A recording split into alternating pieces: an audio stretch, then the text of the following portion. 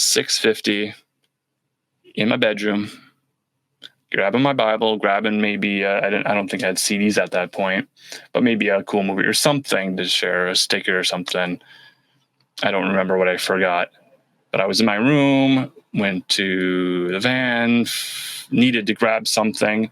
Maybe I borrowed a CD or a tape or something from someone else. I'm like, oh, I got to bring it back to them. So 6:50, 6:51, 52. Oh, got to go, run up. And then I returned to my bedroom. Something wasn't right in the bedroom. The shelves had fallen. The bedspread had been thrown across the room. Everything was tipped over in all the bedroom upstairs. I was just upstairs. I was the last one out. Are you hearing what I'm saying here? I mean, it sounds like Poltergeist. Good evening, listeners, brave navigators of the enigmatic and the concealed. Have you ever felt the pull of the unanswered, the allure of the mysteries that shroud our existence? For more than a decade, a unique comic publisher has dared to dive into these mysteries, unafraid of the secrets they might uncover. This audacious entity is Paranoid American. Welcome to the mystifying universe of the Paranoid American podcast. Launched in the year 2012, Paranoid American has been on a mission to decipher the encrypted secrets of our world. From the unnerving enigma of MK Ultra mind control to the clandestine assemblies of secret societies. From the awe-inspiring frontiers of forbidden technology to the arcane patterns of occult symbols in our very own pop culture. They have committed to unveiling the concealed realities that lie just beneath the surface. Join us as we navigate these intricate landscapes, decoding the hidden scripts of our society and challenging the accepted perceptions of reality. Folks, I've got a big problem on my hands. There's a company called Paranoid American making all these funny memes and comics. Now, I'm a fair guy. I believe in free speech as long as it doesn't cross the line. And if these AI-generated memes dare to make fun of me, they're crossing the line. This is your expedition into the realm of the extraordinary, the secret, the shrouded. Come with us as we sift through the world's grand mysteries, question the standardized narratives, and brave the cryptic labyrinth of the concealed truth. So strap yourselves in, broaden your horizons, and steel yourselves for a voyage into the enigmatic heart of the Paranoid American podcast, where each story, every image, every revelation brings us one step closer to the elusive truth.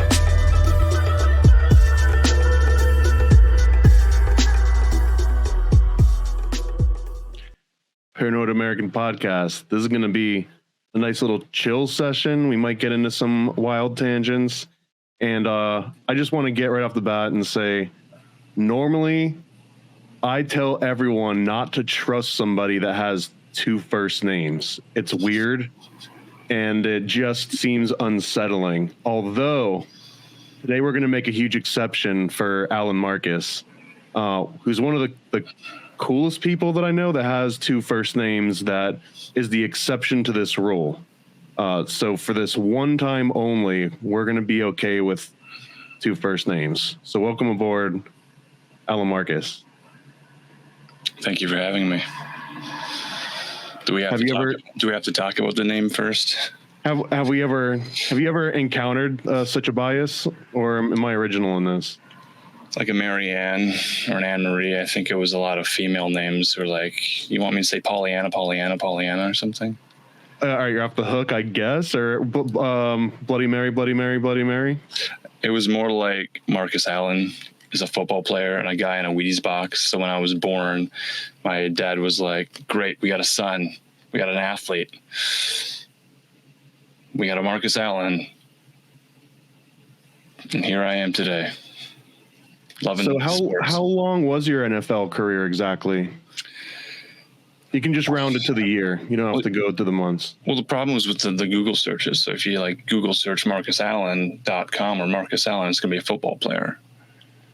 So I started a YouTube channel years and years ago because I was into publishing short films and videos and things. And then I decided that, well, I got to have a name. If people are searching for Marcus Allen, they're going to get a football player. So if I flip it and reverse it and go Allen Marcus, no one had that name. So I established that was going to be the name. That was better than Marcus 86, which like an AOL username. I had some other usernames, early internet message boards and things. So I thought that Alan Marcus would be easier for the majority of people to pronounce correctly and remember, and it's unique enough to have the .com for. And then finally getting a .com after years and years of just playing around with homepages and websites and things was like a big accomplishment, I suppose. But by that time, everyone had kind of passed on personal web pages and were more into MySpace accounts. And then Facebook came along and ruined everything for everyone. Well, I wouldn't say ruined. Everyone's resistant to a little change, but I'd say a vast overall improvement in society and technology in general, wouldn't you? Well, I joined Facebook as soon as it was made available to my college with a college email address, going back to, was that 2005, maybe 2006, like early January of like 2006, when it was for college networking. And when I went to this private Christian college in Minnesota here, I was really into networking, and I did that when I decided to run for student government. I didn't really want to, but I thought it would be funny to do, interesting, and sort of an easy way to have everybody figure out who I am and what I'm about, and then I could sort of decide who I wanted to get to know better. And in that case, I ran for student government. It was like a student center position, and they had let in a lot more students that year. They were really expanding. In 2005, college was a really popular thing, and everyone was going to college in 2005. So the freshman class that year was larger than other classes, and they were going to have 3 positions open instead of 2 because there was more students to represent as a freshman. So then I had to campaign, get some signatures, and then I could have a couple minutes on stage during chapel. It was private Christian college. We all went to chapel around 10:30 in the morning as a community together. So all the freshmen get together in chapel. We're all sitting on stage. There's about 12 of us. We had to give a speech in front of like 700, 800 people, student, staff. And I get up there, I don't know what number I was. I wasn't the first, wasn't the last, but I was, I think, the first candidate to make anybody laugh. I had said that in talking with all of you, being the freshman class, and discovering what visiting hours were, because it was a private Christian college, and the dorm rooms were off limits to the opposite sex during certain hours. During visiting hours, that's when guys could walk down the girls' hall, girls could walk down the guys' hall, that type of thing. A lot of the girls would make cookies and invite people in, and they'd play house and whatever. Christian college, there's lots of fun stuff happening at Christian college. That was awesome. Yeah. So being night owls, people wanted to extend the evening visiting hours. So I was like, that's kind of the most pressing issue people had. They wanted to negotiate the visiting hours. There were certain nights where there was no visiting hours. So I said, well, in talking with the administration and negotiating the visiting hours and recognizing that there's a declaration of Christian community, and we've all signed lifestyle agreements to say we won't engage in certain behaviors, drinking alcohol, doing drugs, having sex, running dice games in the laundry room or whatever it was. We've agreed to be on our best behavior. That's understood. But recognizing that when a man and a woman are alone together, certain questions are going to be asked. So I said, we all have a standard Bible. It's our textbook. And if we open that Bible, that's about, this wide. So if we agree that in contact with the opposite sex during visited hours, we'd open that Bible and we'd have it like thigh to thigh, and we'd agree to be with one Bible length apart at all times, then I think that we'd all be in agreement that we could extend some visiting hours and we'd have more time with the opposite sex. And then people were like laughing, and I was like, great. And then they voted me in, and then I had to do the work. So with like the visiting hours aside, how much were people doing alcohol and drugs and shooting dice in the laundry room? Well, being a Christian college and realizing that parents pay for college, quickly discovering that not every student was there out of their own volition and choosing. A lot of parents said, I will pay for a semester or two of college, one at a time. We'll see how the grades are. And we want you to go to a private Christian institution for your behavior to be exemplified by other good Christian students at this point. Sounds like a recipe for success. I just imagine that everyone there is probably like a beacon of the community, and everyone leaves on the path to greater things. Well, certainly getting to know a lot of the students and having access to Facebook and very social people at this time. This was MySpace. MySpace had a message board for the college. So the summer of before the fall semester, there was a select group of people posting to the MySpace board for the college saying, well, who's your roommate? What classes are you taking? Getting to know each other and wanting to get to know other people to maybe have a selection for their roommate so they'd know their roommate before going into it. Because the last thing you want to do is get set up with a blind date for a semester with guys you never met before, that type of thing. In that scenario, people were maybe not understanding what the conditions were. So at this point, one of the posters was this guy who was saying his interests were like Chevrolet trucks and worship music and gay Republicans and his grandmother and some other things. Okay, so you kind of slip one in there. Right. Wasn't me, this other guy. Very friendly, though, very social, including of all people. And I had an extra concert ticket to one of the Christian concert clubs in Minneapolis at the time. So I had bought 2 tickets. My friend had also bought two tickets or something. So we had an extra ticket amongst the group of us. So I said, to the forum, I said, hey, we're all going to this college. We all like Christian music, right? Message me if you want a ticket. This guy messaged me. He's like, I got the ticket. I said, sure. I'm like, have you ever been to this location? He's like, no. Have you ever been to a Christian concert before? No. Have you ever been to a concert before? No. Do you know what's going on? No. Well, if you can get to the location, meet us before the concert, I'll give you the ticket, this type of thing. Strange behavior. So having met this guy, he had showed up at the concert, very socially awkward, and then kind of left early but forgot where he parked. And then I didn't hear from him for a while, and he was choosing his roommates. And then finally, I was reading his blog on MySpace, and he said he got called in front of the administration or the dean of students or the admissions counselor or something, and they had printed out all of his MySpace pages. What year is this? 2005. They're ahead of the curve on this. All right. Right, because this was when MySpace had added the forums. So other students had seen it, and other staff members were like made aware that, hey, people are talking about our college. We should monitor the situation. So they had printed it out, and I think they'd highlighted some questionable lines. And in the statement of, when we part of the application process and the acceptance process is signing a statement saying you agree to these lifestyles that we are upholding here. And was there a checkbox that was like no gay stuff? We can get into that a little bit more as the story unfolds here. That was a concern they had. Now, this is also the time when there was a group called like Exodus International, and other groups were campaigning to say that, religious rights versus other rights, freedom of speech and things, and to say that it's discrimination to not allow students of different persuasions and interests and things to attend.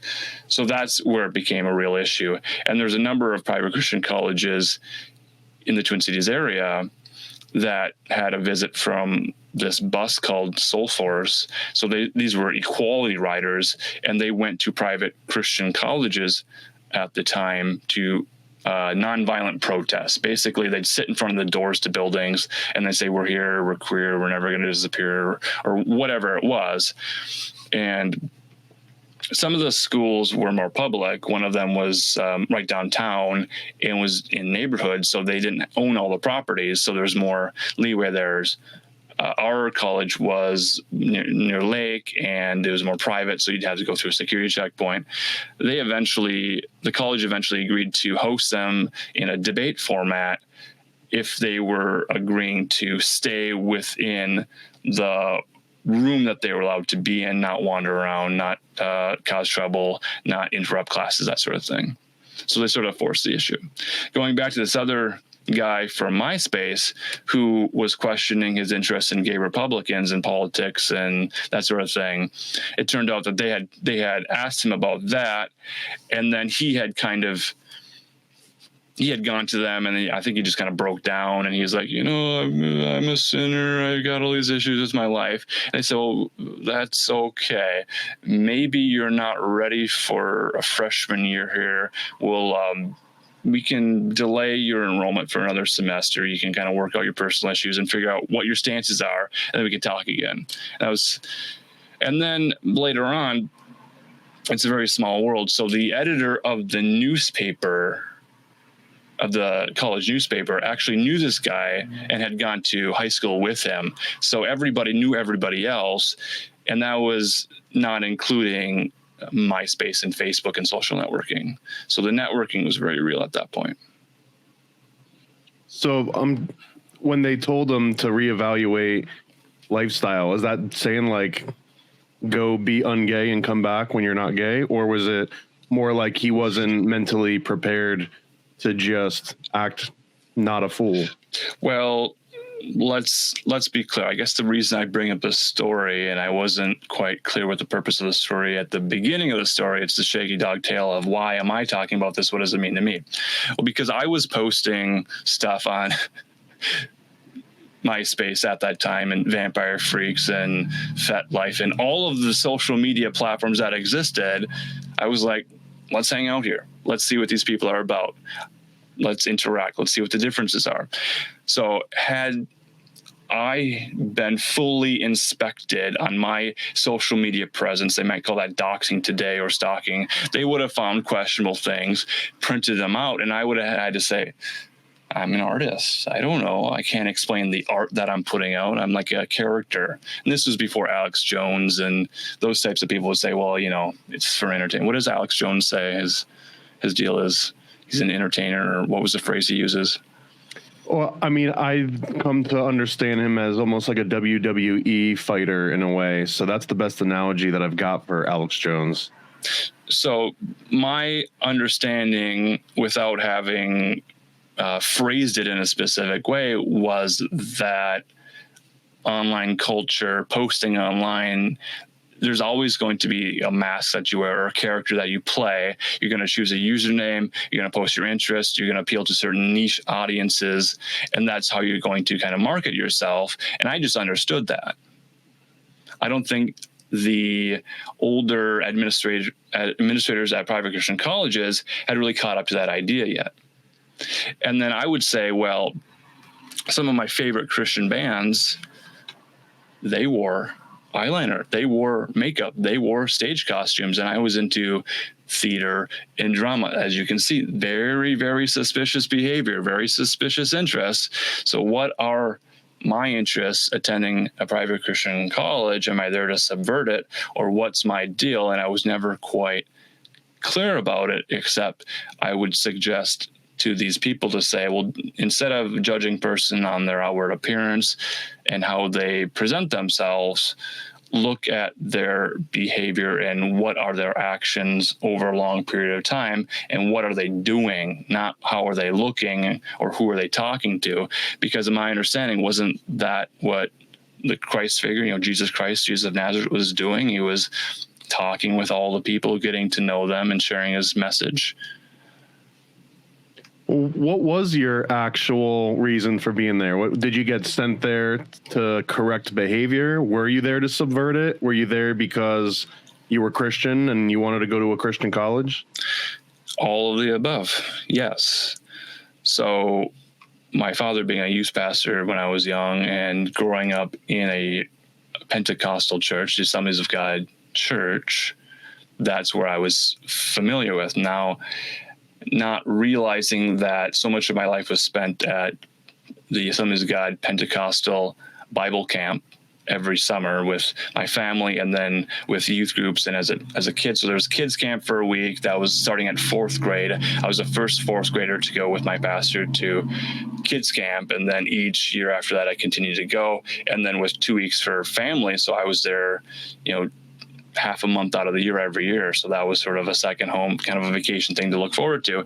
And the people that would go there they were all within an Assemblies of God Pentecostal mindset, and they listened to maybe Tooth and Nail bands and the Christian bands, and they knew the Christian movies, and they knew all the Christian culture that was even a more specific niche within a niche within a niche.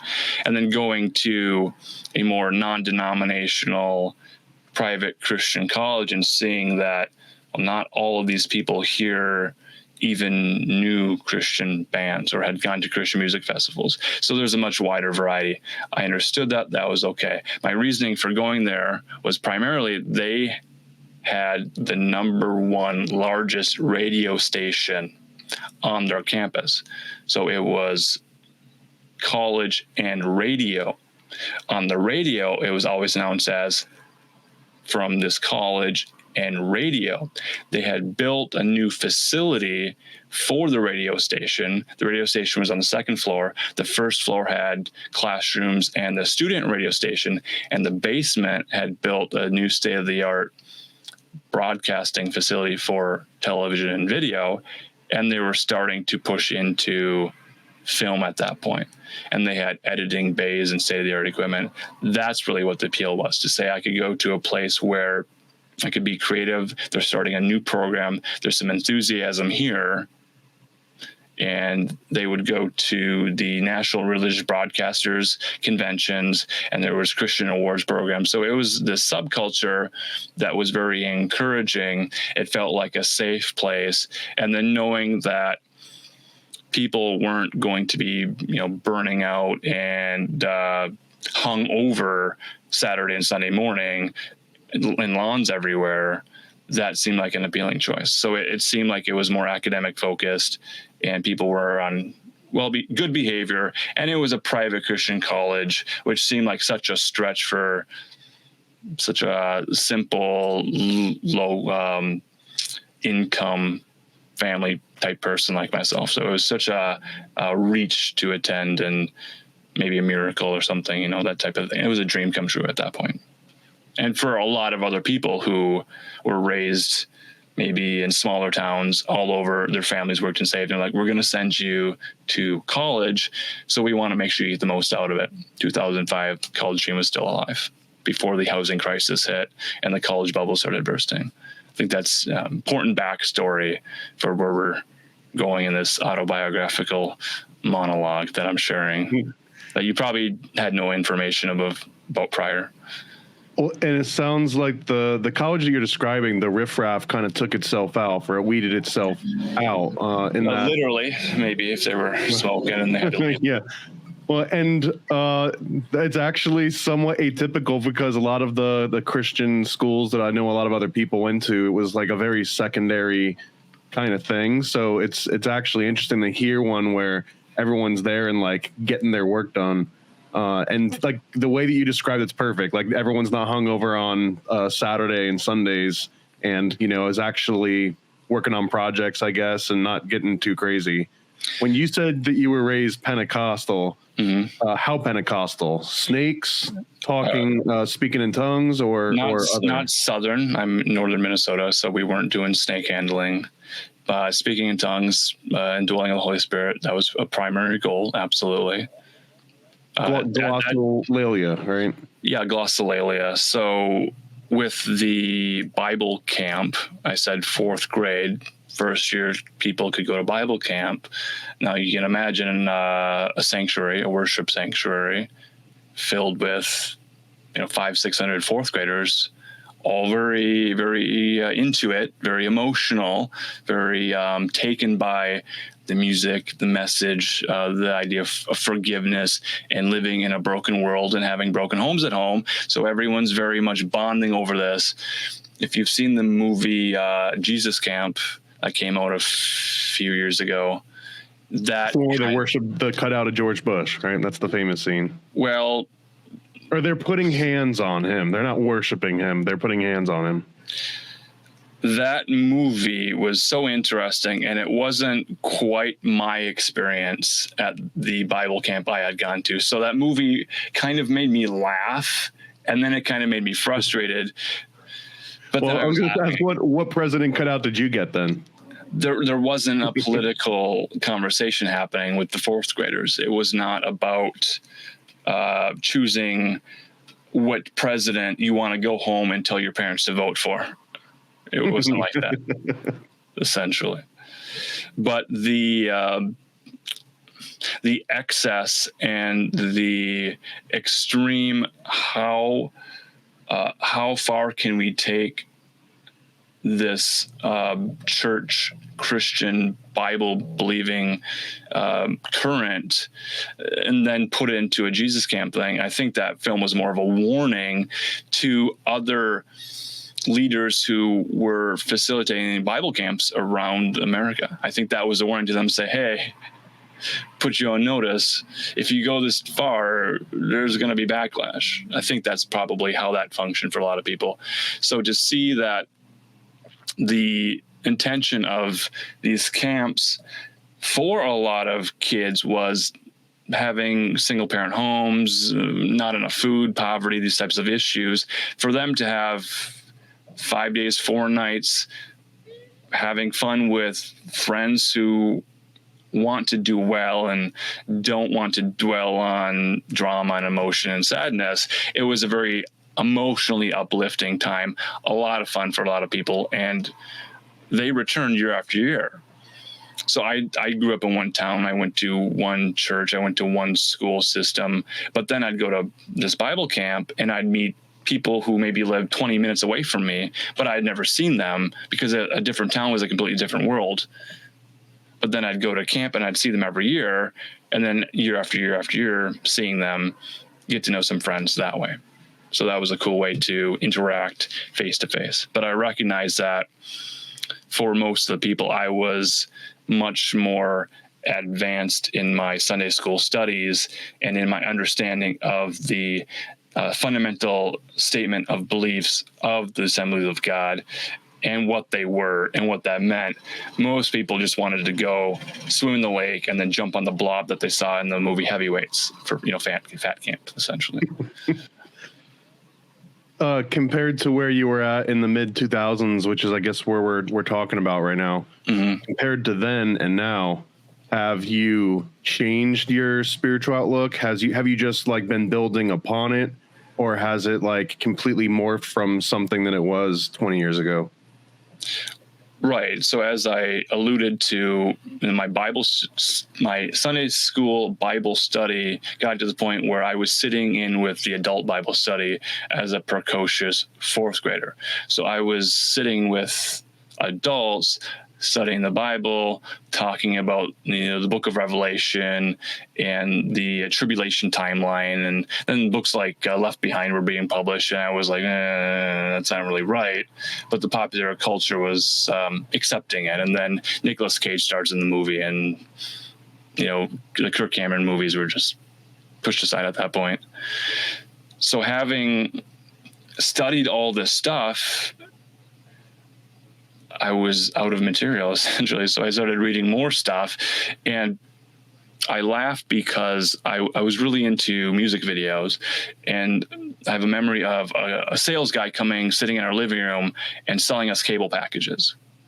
I was, maybe second grade, third grade, and the guy's sitting in the kitchen selling my parents cable packages, and they're like, no HBO, can we block certain channels, this type of thing. And I'm just like, make sure you get MTV, I want to see music videos. And they're like, yeah, by the way, block VH1, block MTV, block the state, we don't want to see these.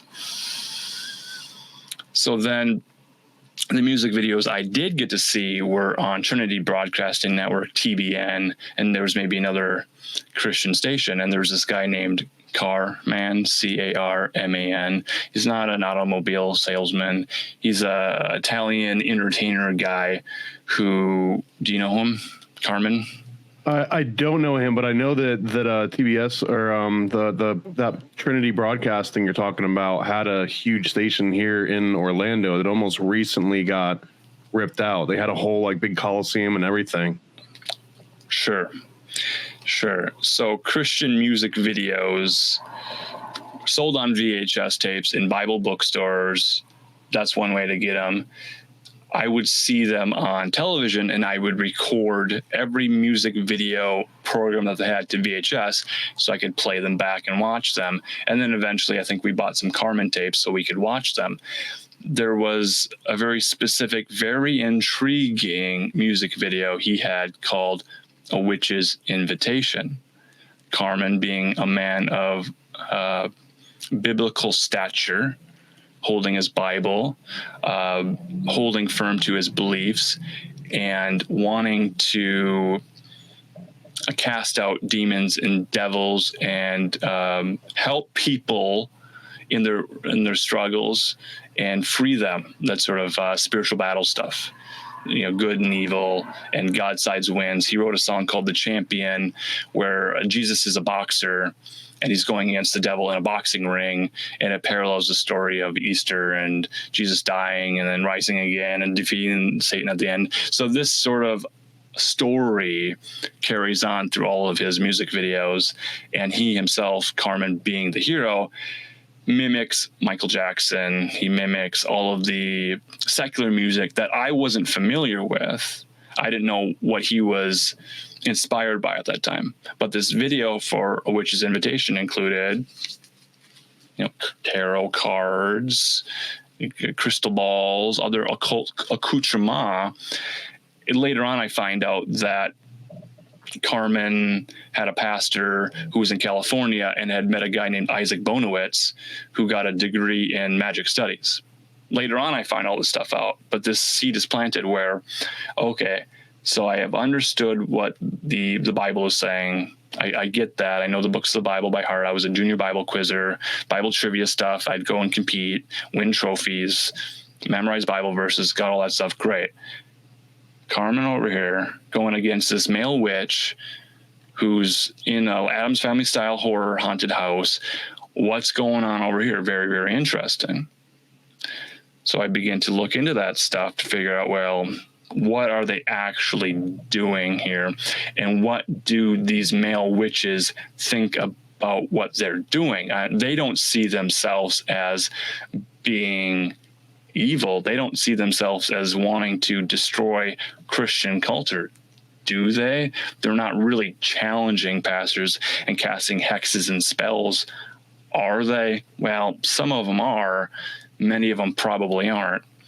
But that sort of planted a seed to say, well, I watched these things over and over again. They became mimetic memories. These were the songs that I'd memorized because I'd heard them over and over again. And they're very, very catchy and uplifting. And then they'd be played in the churches over and over. So it was this insular Christian culture that not everyone in the church had appreciated, but it was what I had. And I made the most of it. Really got into it. This is actually really fascinating. So I just want to understand this. Mm-hmm. Your first introduction to the occult in any capacity was through a Christian music video, and they were talking about witches and they had tarot cards. Sure. And that was the first time that you were like, ooh, what's that? And you looked into it and you hadn't heard about this from any other source? Well, at the same time, concurrently, the memories are sort of all together. Establishing a timeline is difficult, but being so plugged into the Spirit, living a Holy Spirit directed life, at some point we might call this almost synchronistic, shamanic sort of journeying, when you're looking into good and evil, angels and demons. Naturally, the supernatural is going to appear everywhere. So having gone to church on Sundays and also youth group meetings on Wednesday nights, and having made it very clear to people, because there was like, I think 4th grade, I came back from Bible camp and went to school, and I had like my wrist filled with What Would Jesus Do bracelets, like 1, 2, 3, 4 of every color. This was when they were kind of cool and popular. This is when DC Talk had Jesus Freak, and people knew who DC Talk was. And then eventually we get to POD, and everyone's singing Youth of the Nation and really enjoying the music. So seeing a moment when Christianity and Christian culture and Christian arts were being recognized by mainstream outlets. I think some of these videos were finally played on MTV and VH1. It was all very interesting.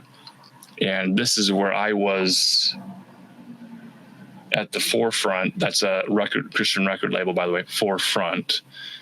I knew all this stuff because I was very familiar with it to a level of knowledge that so many people didn't know, but I thought this is what Christianity is.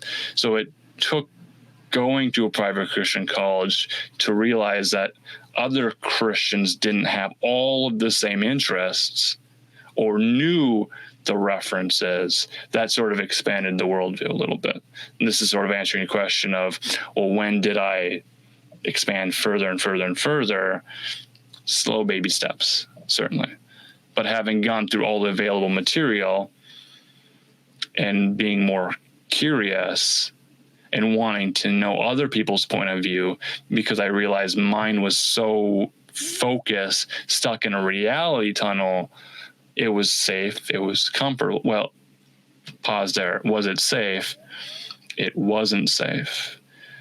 When I was going to youth group summers, I was probably like 6th, 7th grade at this point. Summer youth groups, 7 p.m. is when the start time was. We didn't live too far from the church, so it gets to be about 6:50 p.m., family 5. We all got to be in the minivan and get ready to go. I was a little bit slower, putting on clean clothes. There's going to be girls there. We're going to listen to Christian music. We're going to do Christian side hugs. You're going to keep a Bible lengths away, though. Correct. Our Christian sisters, we're going to respect them. But knowing that it was the summertime, we didn't have school, we'd stay there later, and teenagers from other towns would drive to visit other churches, other youth groups, to make new friends and pen pals. Catch the drift? It's like, you don't want to date the people at your church. You want to go to other churches, meet new people, this type of thing. Keep an arm's length distance, that type of thing. So what I'm saying is puberty's happening. 6:50 in my bedroom, grabbing my Bible, grabbing maybe, I don't think I had CDs at that point, but maybe a cool movie or something to share, a sticker or something. I don't remember what I forgot, but I was in my room, went to the van, needed to grab something. Maybe I borrowed a CD or a tape or something from someone else. I'm like, I got to bring it back to them. So 6:50, 6:51, 52. Got to go, run up. And then I returned to my bedroom. Something wasn't right in the bedroom. The shelves had fallen. The bedspread had been thrown across the room. Everything was tipped over, and all the bedroom upstairs. I was just upstairs. I was the last one out. Are you hearing what I'm saying here? I mean, it sounds like Poltergeist, if I'm just going to do like the most, obvious version of this. That's the word that came to mind because there was the movie by that title. And I remember seeing that movie, and there's a scene in the kitchen where the camera's on the chairs, and then it pans over to the side, and then you pan back, and all the chairs are stacked. It's like it was one continuous shot. Well, that's kind of what it was like for me. I had walked up the stairs, went to my room, grabbed the thing, everything was fine, went back downstairs, went to the van, forgot something, went back upstairs, things are not right, don't say anything, go back down, go to the van, go to church. We come home from church. And then, my sister's like, people are writing lipstick on the mirror. All right. So then we clean everything up. We put on our Carmen music. We, pray, anoint with oil. What are we doing? We don't know. This happened 3 or 4 times that entire summer. Same story. It got to the point where we'd come home from church. We'd call our pastor, and he was dreading the call Wednesday evening to say, I don't want to go back over. I don't know. I don't know what to tell these. I don't know what to do. Like 2 years ago, I went back to Bible camp and saw him there, and we were talking, and he shared with me privately. He was like, I was like, well, what do you remember about visiting our house? What do you remember about phone calls? Asking him, not telling him what I wanted him to say. Hey, remember the haunted house family? Right. Well, just saying, well, what do you remember? And he was like, well, his wife would hear the phone ring and she would know. And she would say, don't answer the phone. Don't answer it. He'd answer the phone and he'd understand our concern. And then he'd hang up the phone and he'd tell his wife, and she says, you don't have to go. You don't have to go. You don't have to go. Are you hearing what I'm saying here? Well, that everyone basically was also under the impression that this was Poltergeist. Was there anyone at all that was looking around for troublemakers or thinking that it might have been you or maybe like one of your siblings? Yeah, looking for a rational explanation or copycat behavior. There was concern that our neighbors who somehow were our cousins and they were not attending church. They were much more emotionally disturbed. They had their biological father they weren't in good terms with, and they were more troubled and had behavioral issues. So there was concern that maybe they had a key, or they would know when we would leave and they'd go into our house and then watch our cable for an hour and then know when we were coming back and then go back out, that type of thing. But I had the firsthand experience of being in the room, walking out of the room, returning to the room, seeing what had happened, and then living with that and trying to figure that out.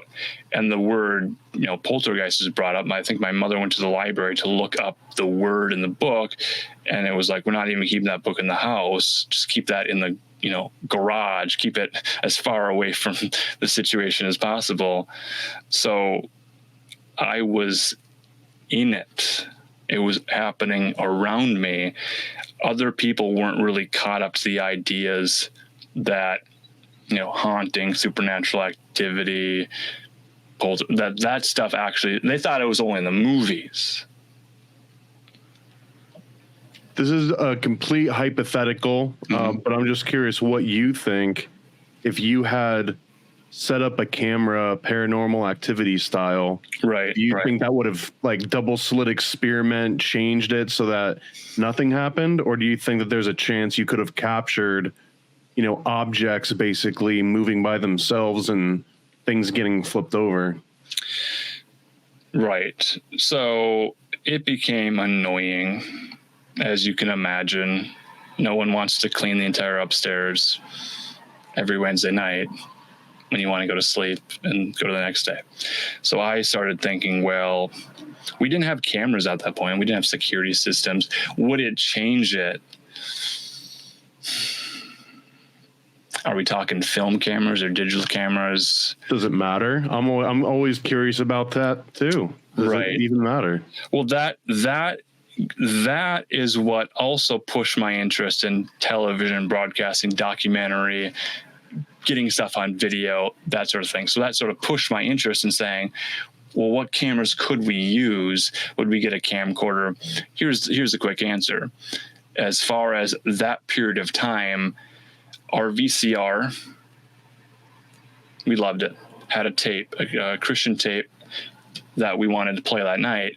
And when we had a whole cabinet of tapes, Christian tapes, we grabbed one of them, and the first tape we played had been almost scrambled or recorded over. The first tape that we chose at random from a cabinet that we put in had been recorded over. So the magnetic tape had been scrambled, so it couldn't play the program. The tape was destroyed. So I think at that point, if we would have had a digital camcorder or VHS or something in a corner recording plugged into the wall, would the tape just be recording noise and not the actual picture? I think that would be a possibility. The more hypotheticals here, but does that mean, or do you think that would imply that ghosts would, I'm going to say ghost as a placeholder for, a much more complicated topic possibly, but would that imply that a ghost would actually have to understand the technology it was sort of manipulating? For example, if it could make an analog tape scramble, or if it could cause digital compression errors or some sort of other glitch, does that mean that ghosts or spirits are keeping up to date with our technology? Important question. I've had a few years to think about it. I don't know if the popular culture, Ghostbusters sort of education into the supernatural, like the most mundane popular culture introduction to these topics, are suitable for explaining what's going on. There's a lot of nuances and a lot of possibilities all happening simultaneously at the same time, interacting, processing, reacting in real time to what's going on. It's far more intricate. And the component that I later became much more aware of, in terms of, if we're using the word poltergeist, having to do with puberty and hormones and emotional energy and orgone and these types of ideas, which was not really considered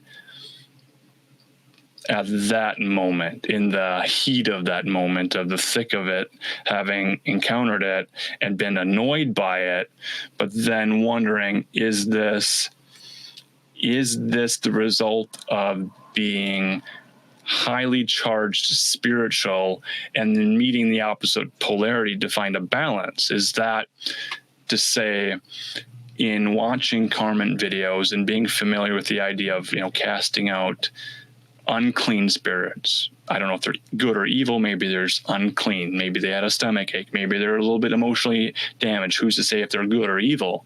If it's a person who died in the vicinity, was it a Native American burial ground? All of these types of questions could be all of those things at the same time, and then interacting together create sort of the boiling point where things just go and the lid flies off, and there has to be an escape of this energy. Almost like an amalgamation of a bunch of different things. Do you think there's coordination in that, or are we just talking boiling point in that perfect storm? Like, just so many things are happening that it has to express itself in another dimension, essentially.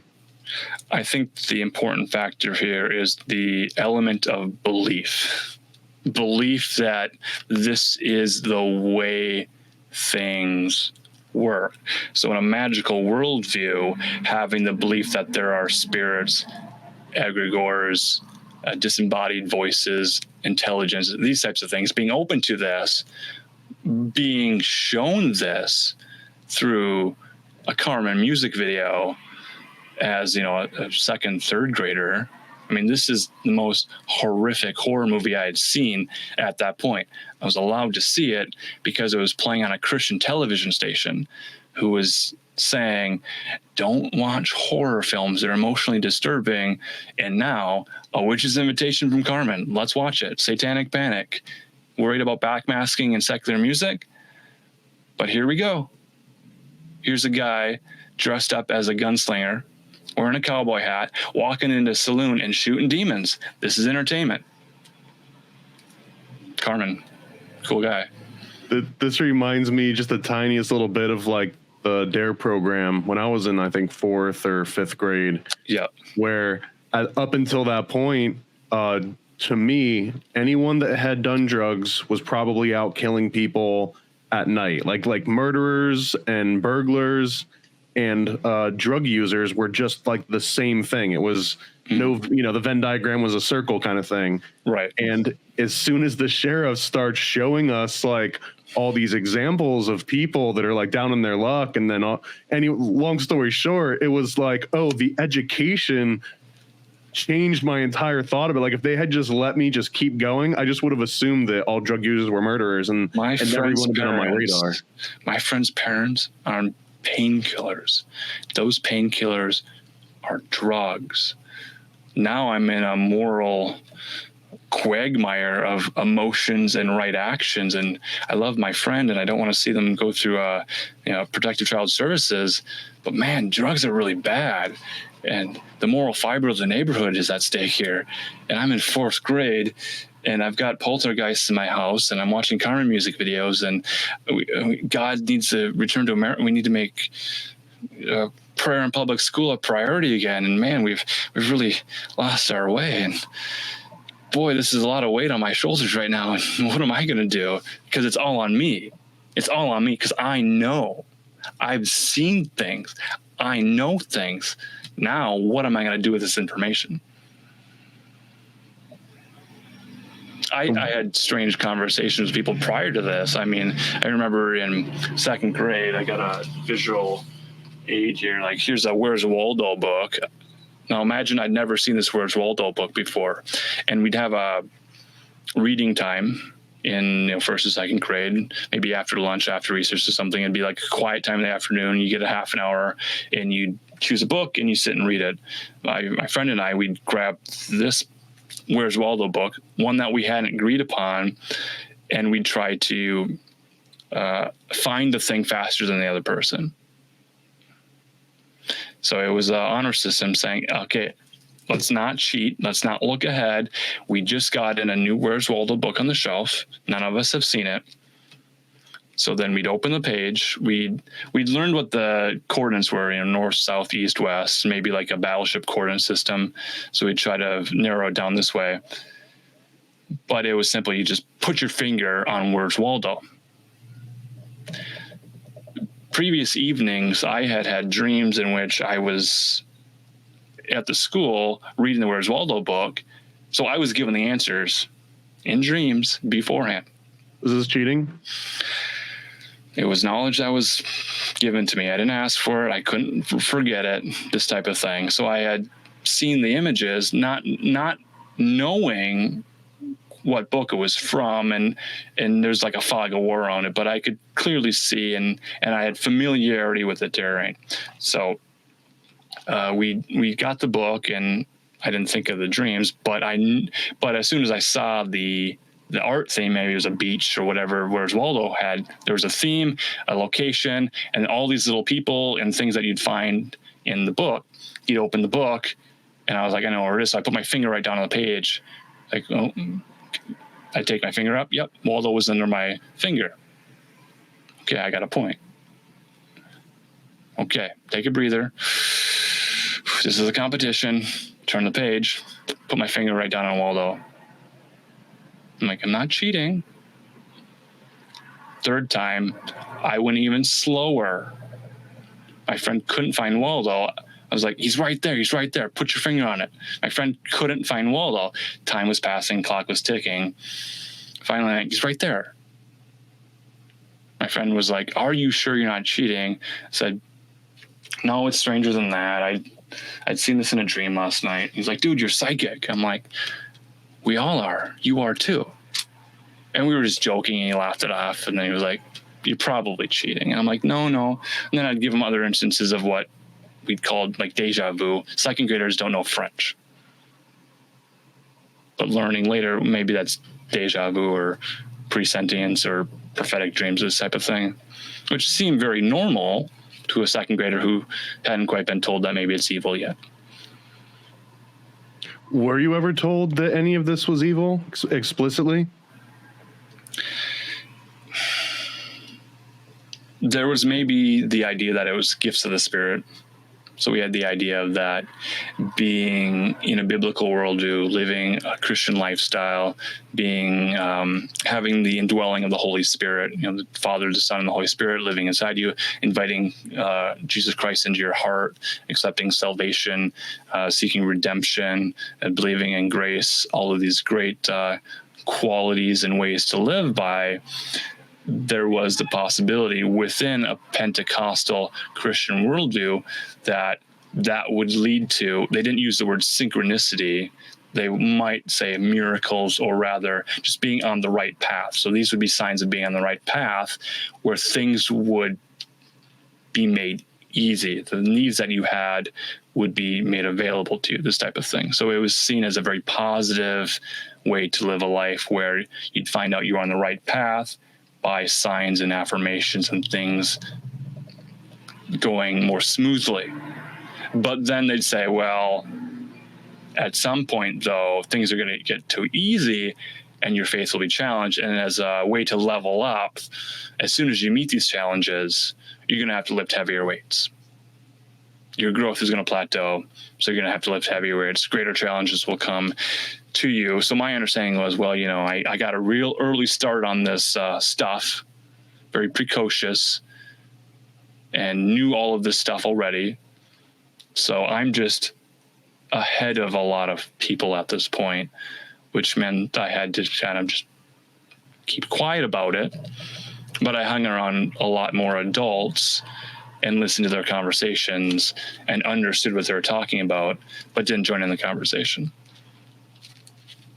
Did you ever level up from a poltergeist? Like, what's the next level after that? As far as if you were discussing almost like going to the gym, right? You'd have to plateau, so you'd have to start lifting heavier weights in order to like break through to that next sort of level. Well, right. If we were to look at poltergeist as being, on the treadmill, like you leave, you come back, things are kind of shifted around to just kind of mess with you mentally. Sure. I'm assuming if that's the treadmill, like what's lifting weights, what's doing like squats, what's powerlifting in this case? Well, to be honest with you, experiencing that level of disturbance is annoying. It's not fun. And sometimes a kid just wants to be a kid. So it's put the weight down, put the stuff down, relax a little bit, stop engaging with it, stop inviting it in. Just try and take a breather, like distance yourself away from it. Things are getting too hot. Go and cool down for a little while. That was the first response. It's a fair point. It's a fair point. And what age is this, like, precisely again?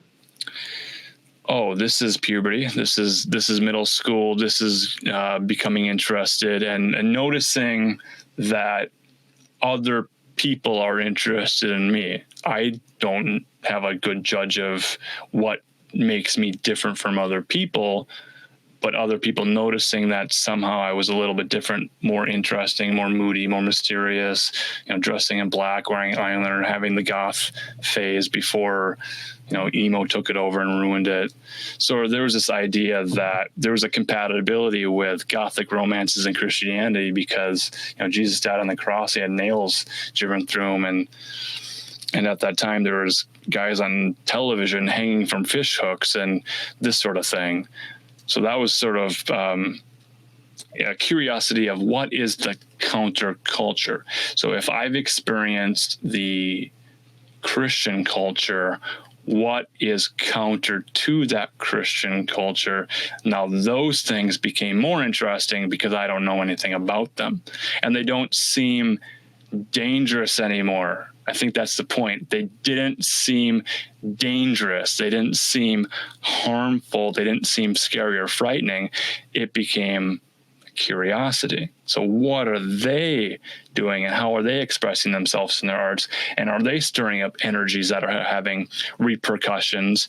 Or is it just a performative thing where they go and do a magic ritual, do a tarot reading, and then they throw them in a sock drawer and then they go drink a beer and watch a football game, and it's not sort of an all-encompassing aspect of a lifestyle or a personality trait. I mean, if we're talking mid-2000s, I don't know what town this was specifically, but Barnes & Noble was kind of reigning supreme at this time. This was like peak Barnes & Noble. Did you have a Barnes & Noble or other like commercial bookshops?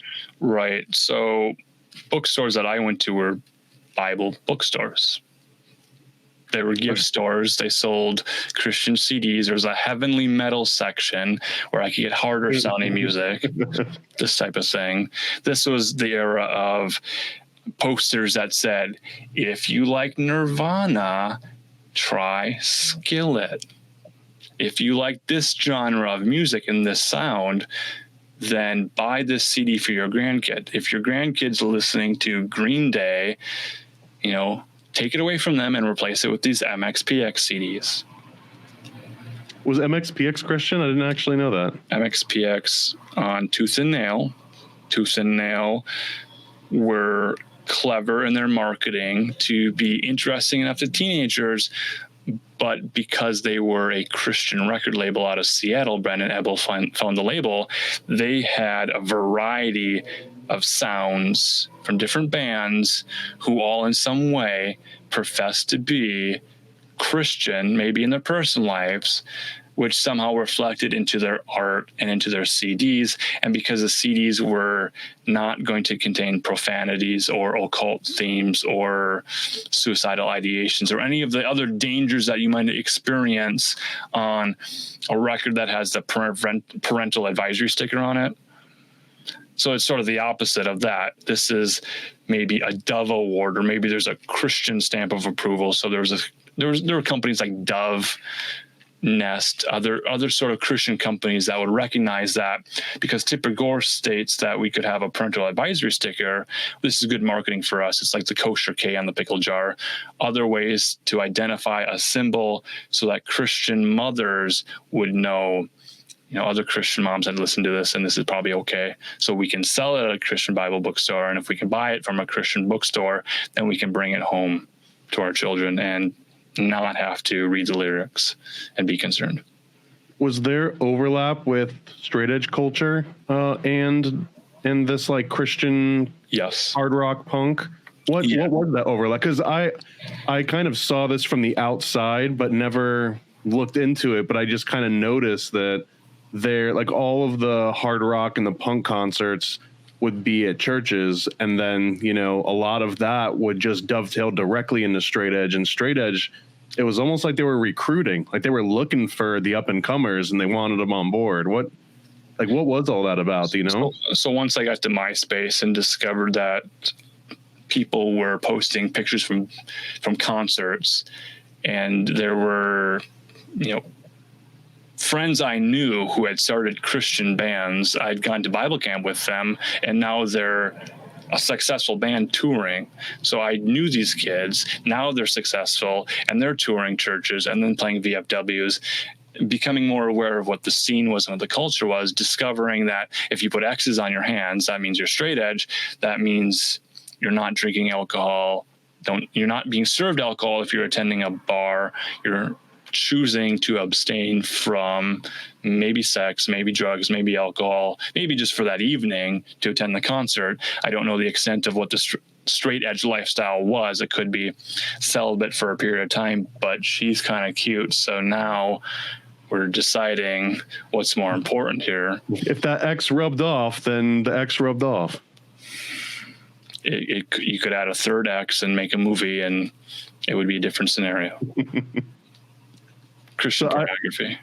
I just want to do like a recap just to make sure like I'm completely up to speed, because you started off and it sounds like you immediately were just absorbing the Bible, like right into Revelations, and you're even calling out Left Behind and like that's not how Revelations goes, which is kind of implying, and that like this advancement and your understanding of the spirit might have attracted, or you've got like an antenna that's more finely tuned, or that might, like, the fact that you're reading in makes you a target. But whatever the case is, that you somehow attracted this version of a poltergeist, to simplify the term. Right. And at that moment, you kind of realize, like, oh, there's something out there. Not only is there something out there, but I'm on the front lines of this because look at how young I am and no one else is really running into this. And it dovetails with an idea that I guess I've been dancing around for a while. It might not even be that unique. I think that it might even be obvious, but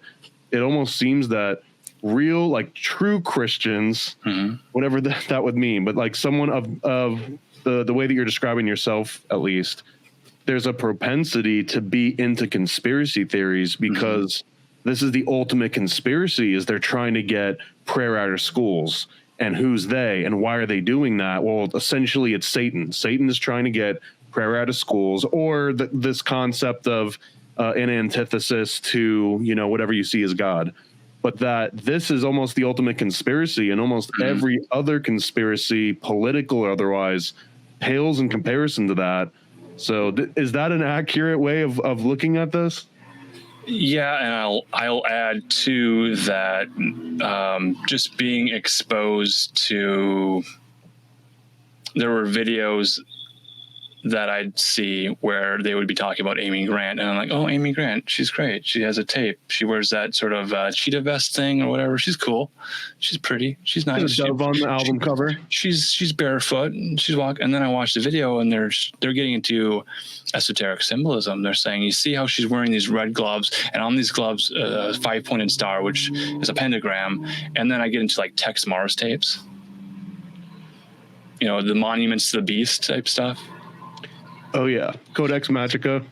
Correct. Yep. All of that stuff. Ravaged by the new age. If you sneeze on camera and someone takes a picture of like every motion you make until you actually make the sneeze, you would have praised Satan like 7 or 8 times. In a Tex Mars sort of analysis way. So I was taking in all the available material that was made available to me, not contextualizing it, not understanding what was going on, and not having a critical eye to see other arguments for or against it, or maybe better arguments to say, well, your argument's weak at this point. You know, Amy Grant is a great singer, but she's in a satanic Babylon Hollywood music system. So at some point there was like a takeover, or slowly over time contracts are signed. It's like, you want a little bit more success, you want a little bit more playtime, you want to be on the mainstream. Well, yeah, Amy Grant wants to spread her positive, uplifting, gospel adjacent message to Target store shoppers. Of course she does.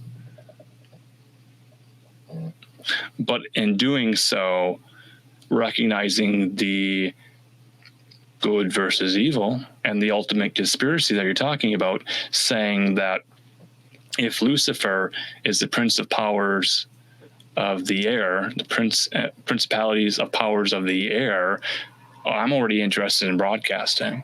So I'm already interested in Luciferic ideas. So broadcasting, Christian radio, power of the air, air waves, broadcasting. Wait a second, there's more here. Let's do a little bit more homework. Let's figure this out. And wait, Lucifer is different from the opposer, the oppressor, the Satan figure. Okay, Lucifer, the light bringer, but Christ is also the light bringer. Okay, there's some esoteric elements here. And the word mystic came to mind. You said true Christian. I would say, well, there's the level of Christian mysticism that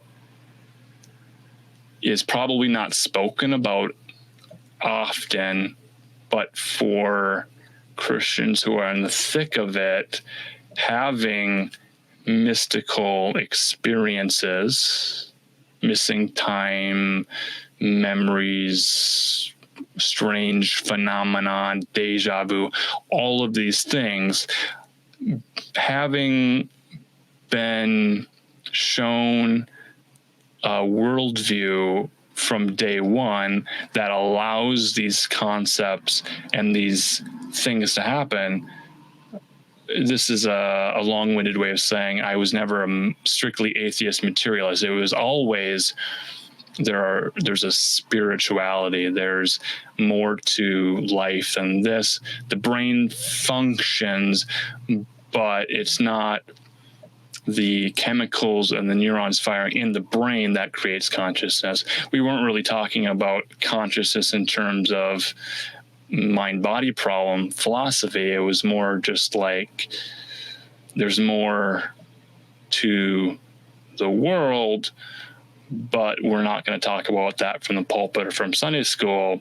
And because there are authors like Tex Mars who may have been sold in Bible bookstores in a small corner tucked away behind a curtain for those who ask for more, you could get that material. Did you get chick tracts at this age?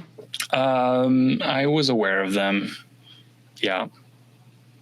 Because I always imagined those would be like, if your kid likes Spider-Man, then here, grab this chick tract, because this is the non-secular version of that. Did you ever see these Crusader comics? Oh yeah, I've got, and in fact, the Broken Cross, that's the first one that was co-written by John Todd, or based on John Todd's.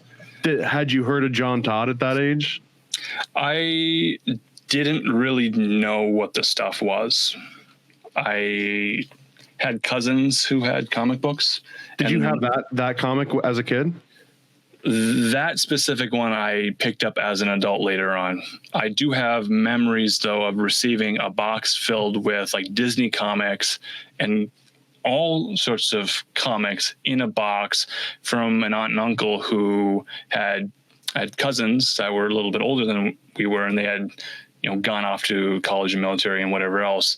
We were a little bit younger, so we got some of their old toys, got a box of comics, and because they were in the culture, they had some Christian comics through in there, some Jack Chick, and this Crusader comic is a large format, same size as like a Spider-Man comic book, and then you open it up on the first page. It does mention Chick Publications, 1974, and then maybe I'd made the connection to those little tracts because I knew what religious tracts, T-R-A-C-T, tracts were. I had been given them on Halloween, God is Greater parties, gospel harvest parties, these types of things. We didn't have Halloween trick-or-treating costume contests. We were always provided a religious, specifically Christian, specifically Bible-based alternative. So having that Bible-based Christian alternative with a gospel message like these Crusader comics, I was exposed to them, but this was kind of boring to me. I already knew the gospel message. I already knew the talking points. I already knew the apologetics, the doctrinal statements of belief, and then the arguments for and against it. And it was boring to me. So it's not something that I was like, wow, this is cool. Oh, wait, these guys are Christians. It wasn't like I was saying, oh, this is me. This is so me. This is the type of comic book I wanted to read more of. I was kind of like, well, there's a lot of comics, and I see there's history comics and World War II comics, and anything could be illustrated. Wasn't something that really stood out to me. I kind of understood at that point that it was kind of a silly thing. A silly thing in the comic medium, or do you mean the way that they were talking about? Because in the Broken Cross in particular, right?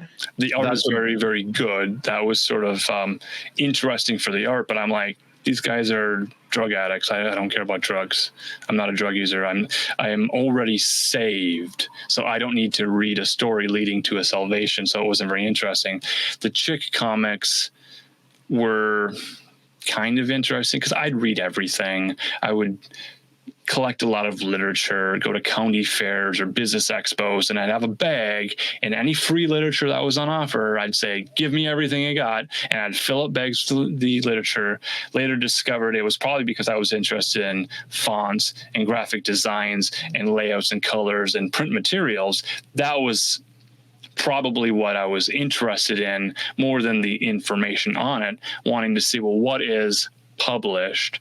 What is a business card look like? What is advertising? What is marketing? And could this possibly be a career? Because these adults are getting into it. This is the question of, well, what are you going to do with your life? How are you going to make money?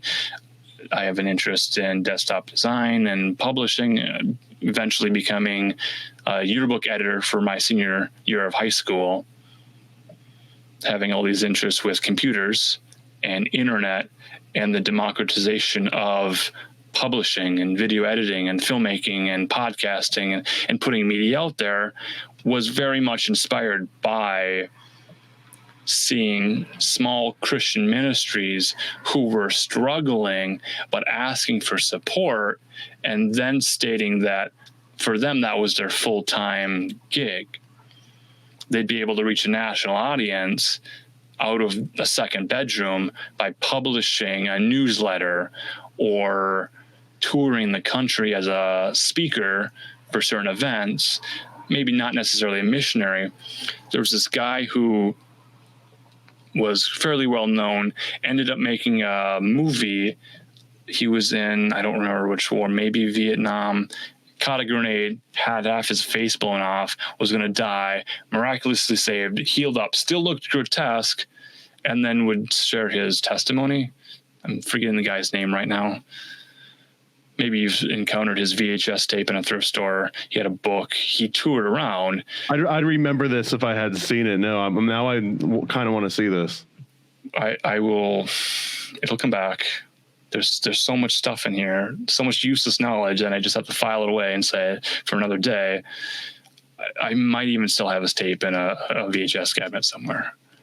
Well, there's so many ways we can go with this, but I'm really curious in this because you brought up seeing a Tex Mars book. You mentioned Crusader Comics and the Tracts, and I think through Tex Mars also, but this is also the reason that I was asking you about Barnes and Noble or bookstores is because I remember in damn near every commercial bookstore, Walden Books and, Books A Million and all the different ones, they always had like one rack, maybe two, that would say occult studies or like world religion or something. And I just like, when was the first time that you walked by one of those racks? Not the one behind the curtain in the Christian bookstore, but like out in the secular world. Like, did you ever walk by and see Anton LaVey's Satanic Bible without looking for it? Like, did it give you the heebie-jeebie? Like, did you ever encounter something like that out in the wild? I wasn't looking for that material and didn't really go shopping often. Not having a lot of money, I'm not going to go to Barnes unless I got a gift card or something. So didn't really go to Barnes and Noble until after Amazon was kind of available and getting internet. So I want to say 1999, after many years, go back to like 1993, 94, public school libraries got computers, and then they had those eye in the triangle AOL webcams on top of them, the triangle ones. I got letters in the mail addressed to me for Prodigy Internet and AOL Online. They were addressed to me. I'm a third grader, fourth grader. Little floppy disk, the hard floppy 300 that disk, and it had my name on it and free hours, and I could get an email address. And I asked my parents, I said, can I get an email address? Can you pay for this service? And then I can log in at school and go to public library. And I can get an email address and I can go online. And finally they were like, well, I was the oldest. They're like, not yet. I mean, that's an expense and you probably never use it. I took the floppy disk to the library at school and I asked the librarian, I said, can I put this in a computer? Can I see what's on this disk? There's something called an internet. I want an email address. I want to be online. I want a homepage. I want a website. They're like, that's great. I have an email address. I can help you write a fan letter to Carmen. So we wrote a fan. I think I hand wrote it, and then she typed it up. And she said, "This was like what was on your mind." Right. I'm like, I don't know what websites there are, but I had Carmen stuff, and he had his website. And then all of his fan letters, I think, were responded to by his grandmother for a period of time. So his grandmother emails me back and say, "Oh, I love that you appreciate the music and love that you're wanting to go to concerts." And there's like a world record thing in that I was really impressed. And Carmen kept saying that he had the largest single attendance for a concert because he packed out a stadium somewhere. So he was making this claim that he was the number one artist of all time in all of the world to have the largest single one-time audience at some point in time. And that was sort of a claim that he was making. I was like, "Oh, that's really cool. That's really awesome. You're so huge, and not everybody knows even who you are, but you have this huge audience." Christian or period, like biggest. Well, that's what he was saying. He was saying he would have concerts in stadiums similar to what like Billy Graham would do, where he'd have like a crusade thing. So it turns out that the admission was free. It was a free concert. They'd bus people in. They had church groups bringing people in from miles and miles away to fill up sports stadiums to see a concert. And then they would do a free will love gift offering where volunteers, I actually became a volunteer at a Christian college, at a Carmen concert, I think in the Target Center where the basketball teams played in Minnesota. He had a concert tour, finally attended, emailed him beforehand, said, I want to volunteer. So my family got in early. We took the course on how to hold a bucket, pass it down an aisle, collect the money, and then bring the money from the free will love offering back to the supervisor in this corner so that they could collect all the funds, this type of thing. From the Tex Mars and Crusader kind of era, that was the first time that I encountered the talk about like Catholics and Jesuits in comparison to other denominations. Did you have an opinion on Catholics or Jesuits at this point? I was becoming aware that there were other denominations. I think there were Baptist church. I became aware of Baptist church and evangelical churches and learning what a denomination was, because the Assemblies of God, being a denomination based out of Springfield, Missouri, having Christian colleges that they were the denomination of, where they would ordain pastors, ministers, and missionaries, understanding, okay, so this is kind of like a franchise. So there are Wendy's and Arby's and Pizza Huts and McDonald's. There's an idea of a franchise. So I'm attending a church which in some way behaves like a franchise. They have a license, some sort of ability to use the letterhead and the official status of being an Assemblies of God church. So then I started realizing there's something called an evangelical free, there's a Methodist church, there's a Southern Baptist Convention, and then of course there were and still are Jehovah's Witnesses, Latter-day Saints. Latter-day Saints, what are they? Mormons. Mormons have missionaries. Well, I understood the Assemblies of God had missionaries. I understood in general there was Christian ministries and missionaries and these sort of missions and outreaches. And then to find out that, there's also Jesuits and there's all these other groups who have different doctrine and different agendas, perhaps, and missionary work might also be tied in with Bible smuggling, which might be subversive, but those people might be accused of spying. I would hear stories of Assemblies of God missionaries in communist countries who would tell us that they could not be known as Christians or as missionaries. They would have to have a degree in medicine or English as a second language or engineering or something to that effect to then get work visas to then sort of cross the border to then find hidden splinter cells of Christian activity. And crypto Christians. Correct. So that became sort of an interest. And then, you know, back to Carmen, he had this video called Mission 316, where he's playing a Christian James Bond agent using the gadgets to sneak into godless, communist, authoritarian, fascist, anti-political. You got the Christian flag behind you, right? What's the Christian flag? Well, okay, so there's the flag of America, the American flag, red, white, and blue, stars and stripes, Old Glory. Right. Then alongside that, you'll fly the Christian flag, which is more of a blue, purple color with a cross in the corner. So there's a pledge of allegiance to the American flag, and then we would say the pledge of allegiance to the Christian flag. This is actually new to me. I grew up Roman Catholic, so I was more in the Jesuit Opus Dei corner. Sure. So the extra information you'll need to get caught up on to understand why are we making a pledge to the American flag and a pledge to the Christian flag, because Boy Scouts are not a Christian organization. Say what you want about the Boy Scouts. You know, they're not Bible first, camp out second.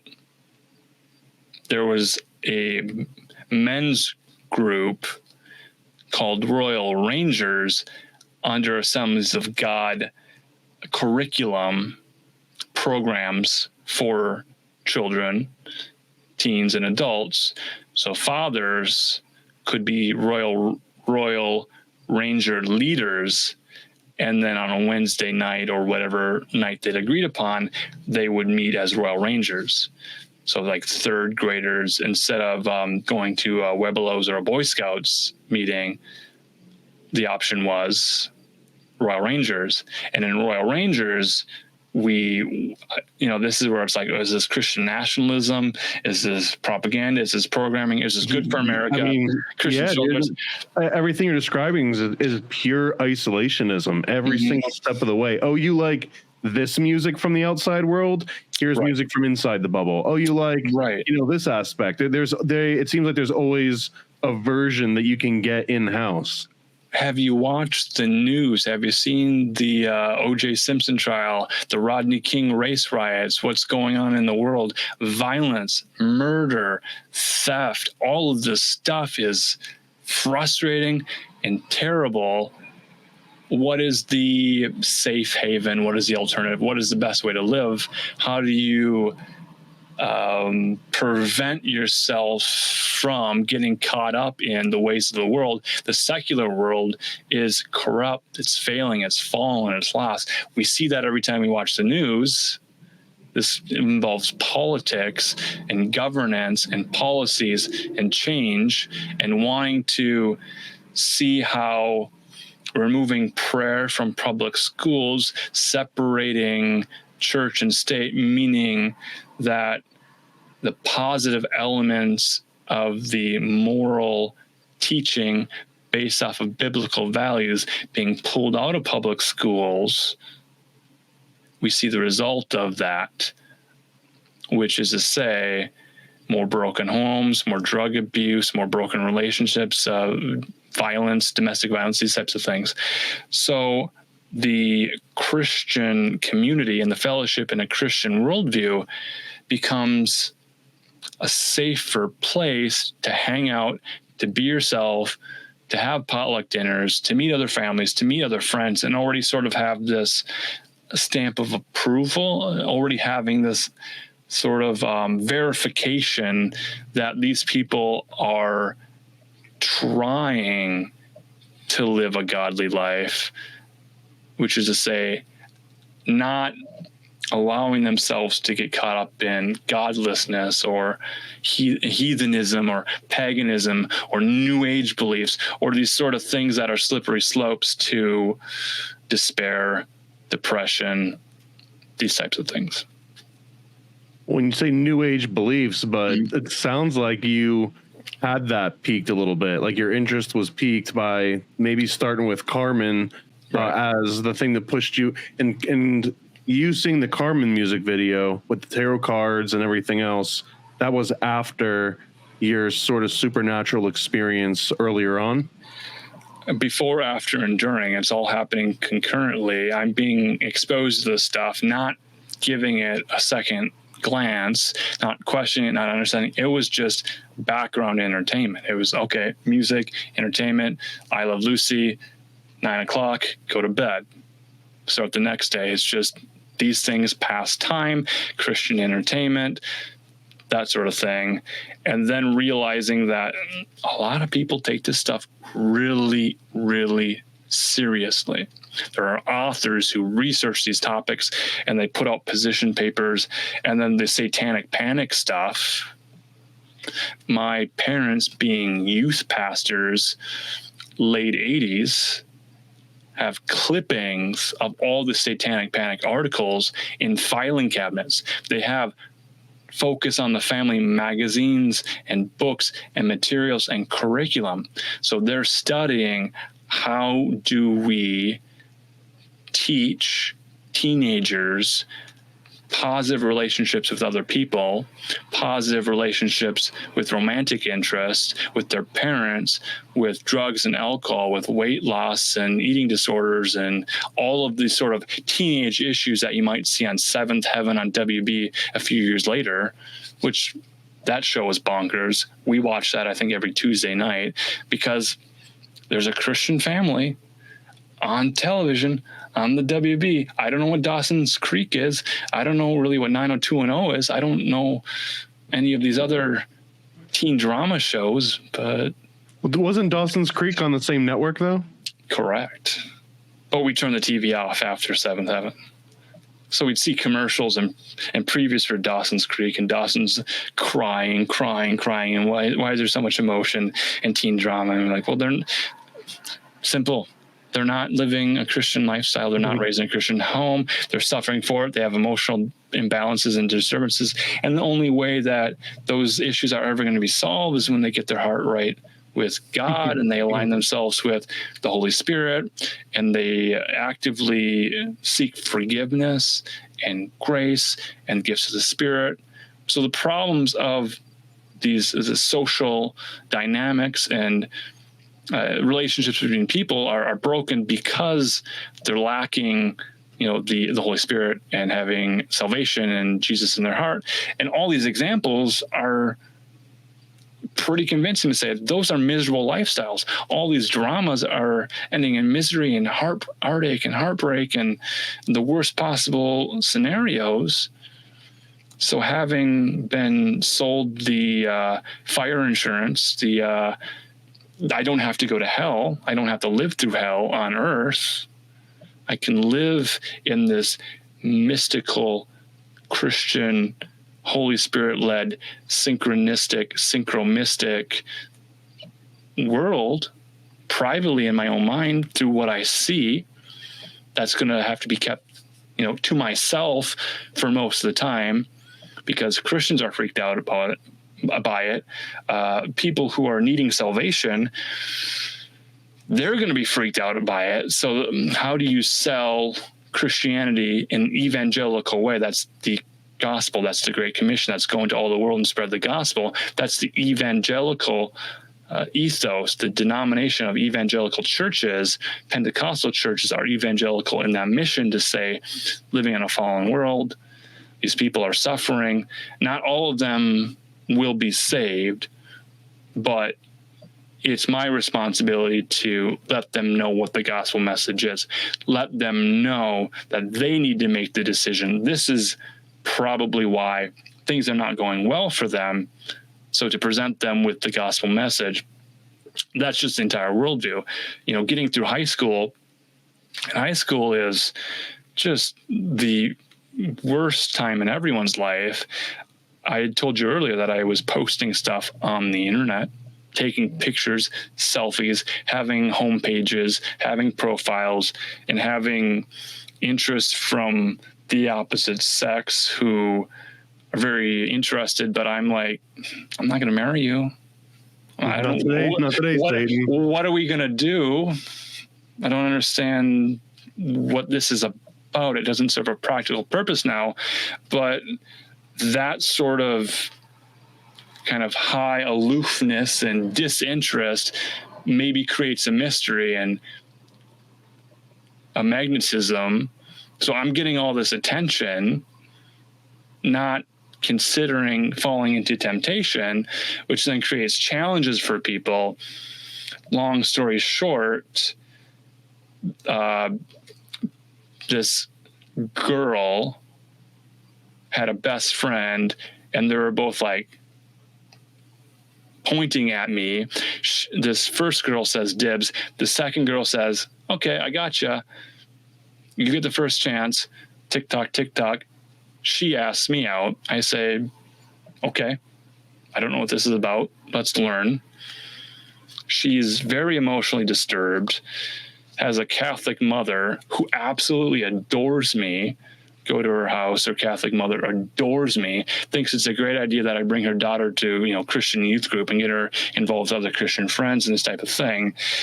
Polarizes her so much that it's like she's very upset that her mother thinks I'm a great match, and now she has to live better and stop being a brat.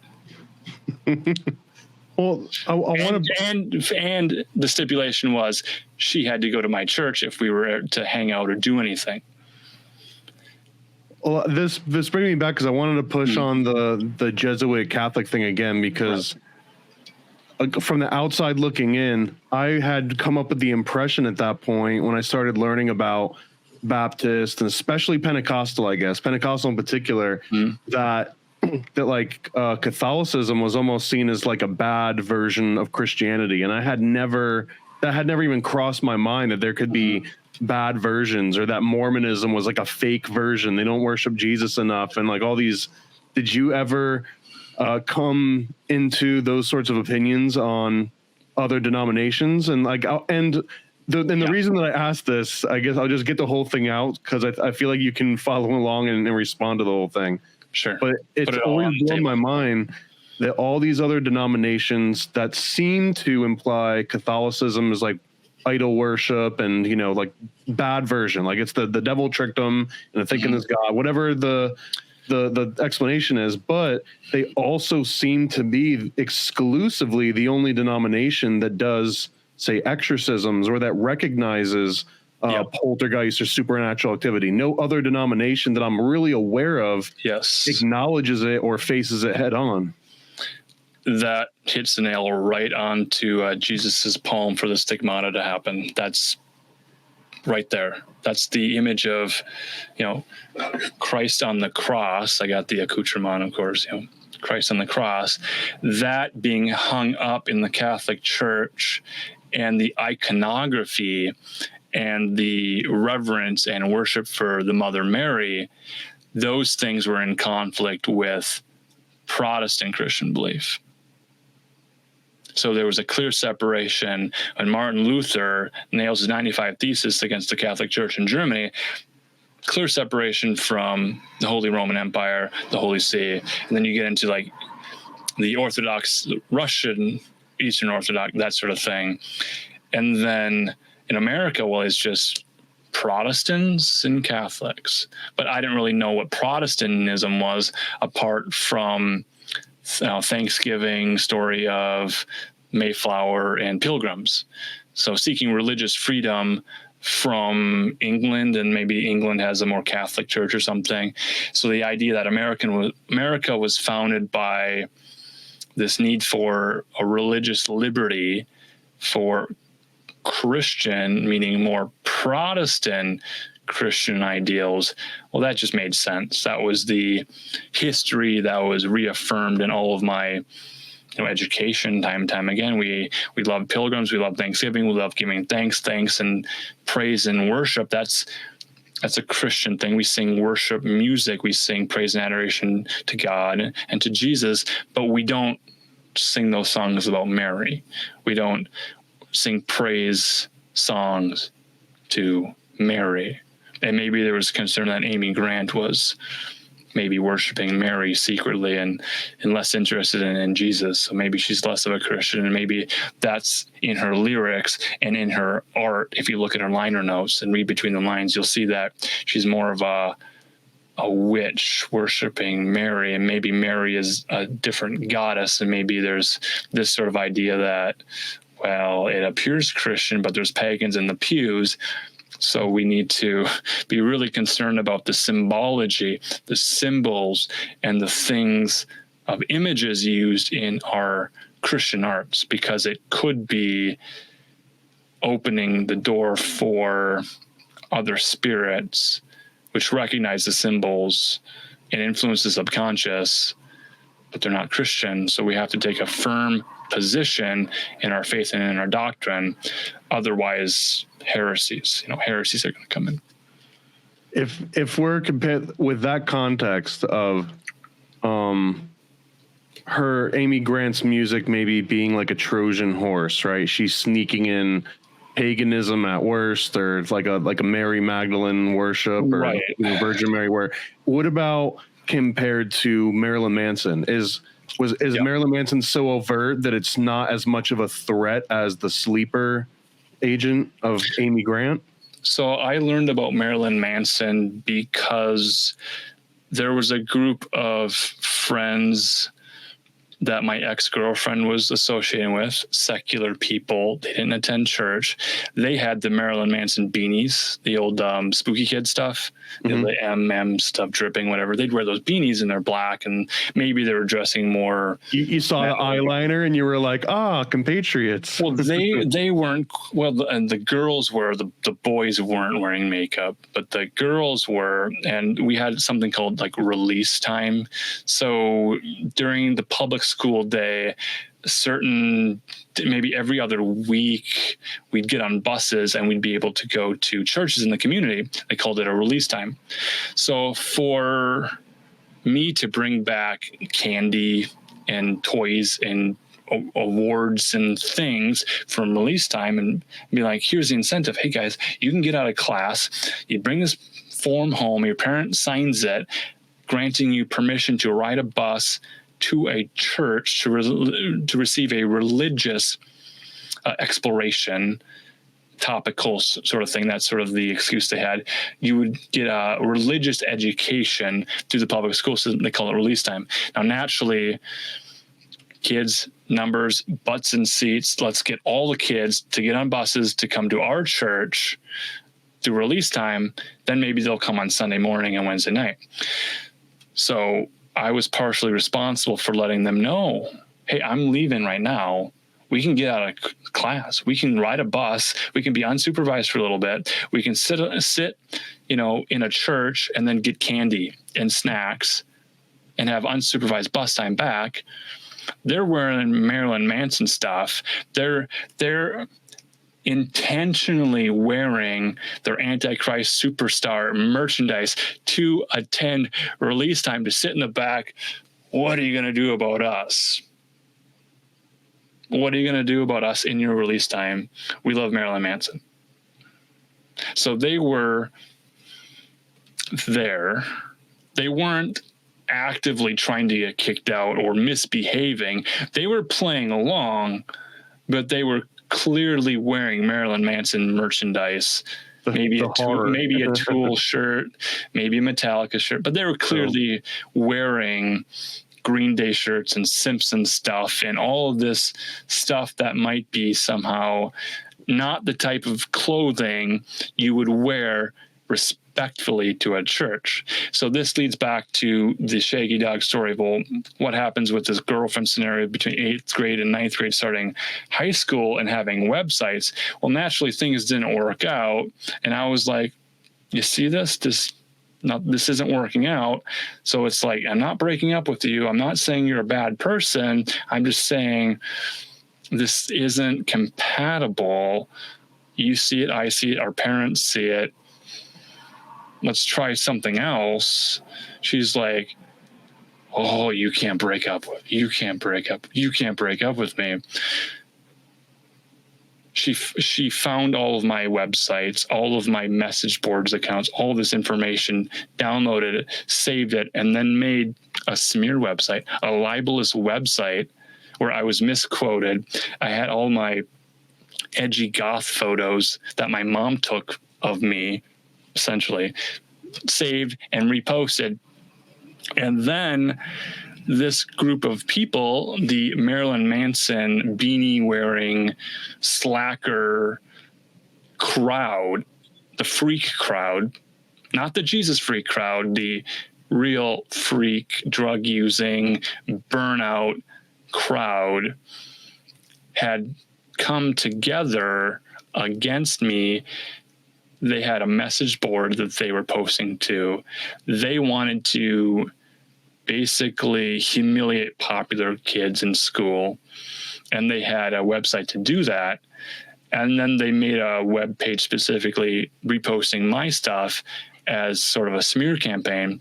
And then, because there was, maybe 6 to 8 of them, they called themselves a gang. Sure. They were into like backyard wrestling. So they wanted to post their backyard wrestling stuff on their website. They had interest in media and starting production companies, all of this stuff too. I had the same interest. They had the same interest. They made the website. They set the homepage on all the computers in the library every morning to this website that had my goofy goth looking face on it. And all the computers in the school. And then word started getting around because other students were recognizing, hey, that he looks a little bit different. That they found out who I was. I was in choir one day, and someone finally had to ask me, what's this deal with this website thing? And I was like, I wasn't really paying attention to it. They had seen it, but finally they had to ask me about it. Like, did you make that, or who made that? I'm like, I don't really know. I was like, oh, wait, it's that Soup Gang group, the backyard wrestler people. They had linked to it. So they were putting backlinks to their stuff. So it became clear, oh, it's that group. And then I was like, okay, the webmaster of this libelous hate website was this girl whose Catholic mother loved me, but created this repulsion, this polarized effect. She wasn't over it. She didn't move on. I became target number one that she wanted to humiliate. I was trying to just like de-escalate, move on. We're 9th grade, 10th grade now. Let's meet other people. Let's hang out. But she wouldn't let this thing go. And that was sort of like the pushback to say, okay, if my lifestyle and not pushing evangelicalism, but wearing Christian t-shirts and inviting people to use just basic stuff, not going overboard with it, but people I knew and letting them know that there are events happening and that they're invited to it, just being social, that they were providing a pushback against that. It almost sounds like this would reinforce that whole feeling of isolationism, of like, this wouldn't happen if I hadn't dabbled in the secular world.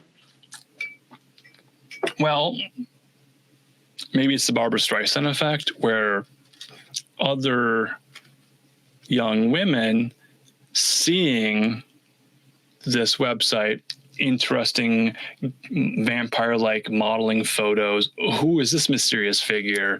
They're the ones asking me about it, getting more attention. So for her to destroy me completely backfired.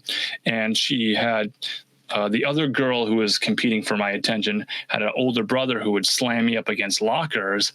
That sort of like, people would see that and like, what is this guy? Is he dangerous? What is this threat? He's got upperclassmen, slamming him against lockers, and he shakes it off like it's no big deal. Who is this punk kid? What is going on over there? So it created sort of an interest and fascination. And I was not really able to handle that. I didn't have any motivation or desired outcome or goal. I just wanted to get out of high school and find a group of adult mentor people to learn technology, learn broadcasting, television, film, and then do the thing, make a show, make a product, do something together instead of a destructive, hate-filled, libelous website, which is still on like archive.org. Might be fun to look at that later. I don't know if I think I maybe archived it on archive.org years and years ago when I saw that was still on, because they didn't buy a domain and the hosting was gone. But I'm like, let's get this thing archived. I think I saved a couple pages. Was this like a GeoCities type of thing? Yeah. It was on a free host, and I used a .tk domain redirector thing, and they were getting into web design and hosting and stuff like 2003, 4, and 5 period of time. So lots of animated GIFs of like the little mails flying into the post boxes and stuff. Correct. And that was their sense of humor. It was like the postal video game and anything offensive. They were really into Steven Seagal movies. They had like a Steven Seagal movie club. The most satanic thing I've heard so far. Right. I mean, these people were interesting.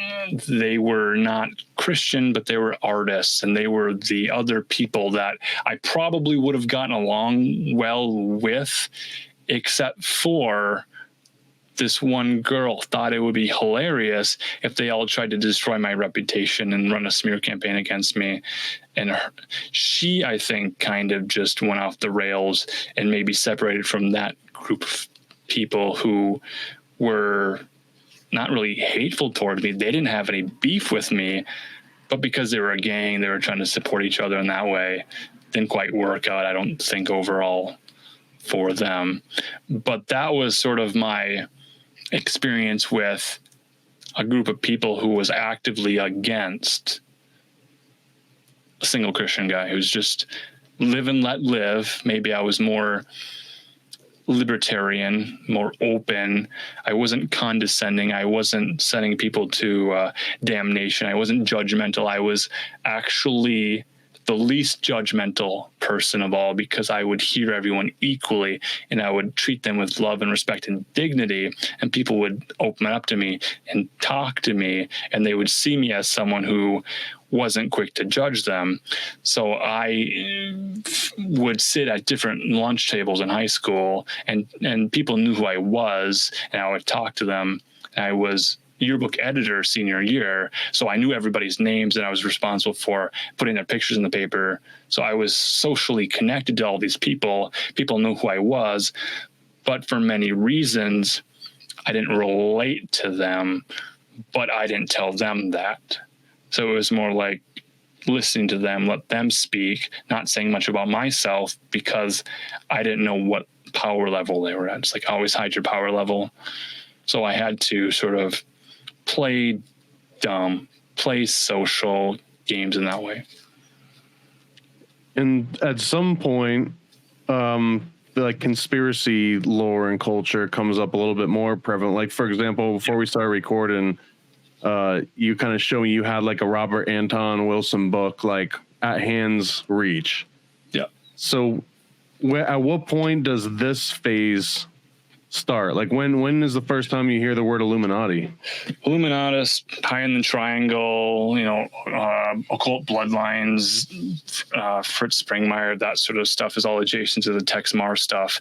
And when I was in college in 2005, 6, 7 time period, having made student films and trying to put them online was very difficult. At that point, we had Google Video. And on Google Video, I find Freeman Flies, Free Zone, Freeman TV material. And part of that was with the Super Bowl event. I've shared this story many times. The significance of Janet Jackson's nipple in my life cannot be understated. I feel like that needs some expansion. It certainly does. That Super Bowl event, Justin Timberlake, wardrobe malfunction. What is this esoteric occult symbolism? Did she have a piercing? I couldn't see. I couldn't pause it. I did have a web TV unit. I could pause TV. I could take a screenshot of it. I was very much interested in that technology. Sunday night, Monday morning, in the school library, discover there's the soup gang guys. They're also looking for the same thing. You know, it's sort of this fight over the computer lab to have internet access. So they're in there searching for it. I'm in there not having to search for it because they're searching for it. So looking over their shoulder, and they're trying to find, you know, a screen grab of Janet Jackson's nipple on a public school computer before classes start in the morning. And then later on find out that, Freeman TV had covered that event, and that was discussed on Google Video. So a few years later in college, finding the Google Video site to see, well, what other material, what other sort of content is shared to Google Video, looking for a video host for student films I was working on. So that's how I encountered that again. And then, of course, Tex Mars stuff was also uploaded. A lot of VHS rips were uploaded to Google Video. And then discovering that that was the start of YouTube, because the founders of YouTube also had this fascination with Janet Jackson's nipple.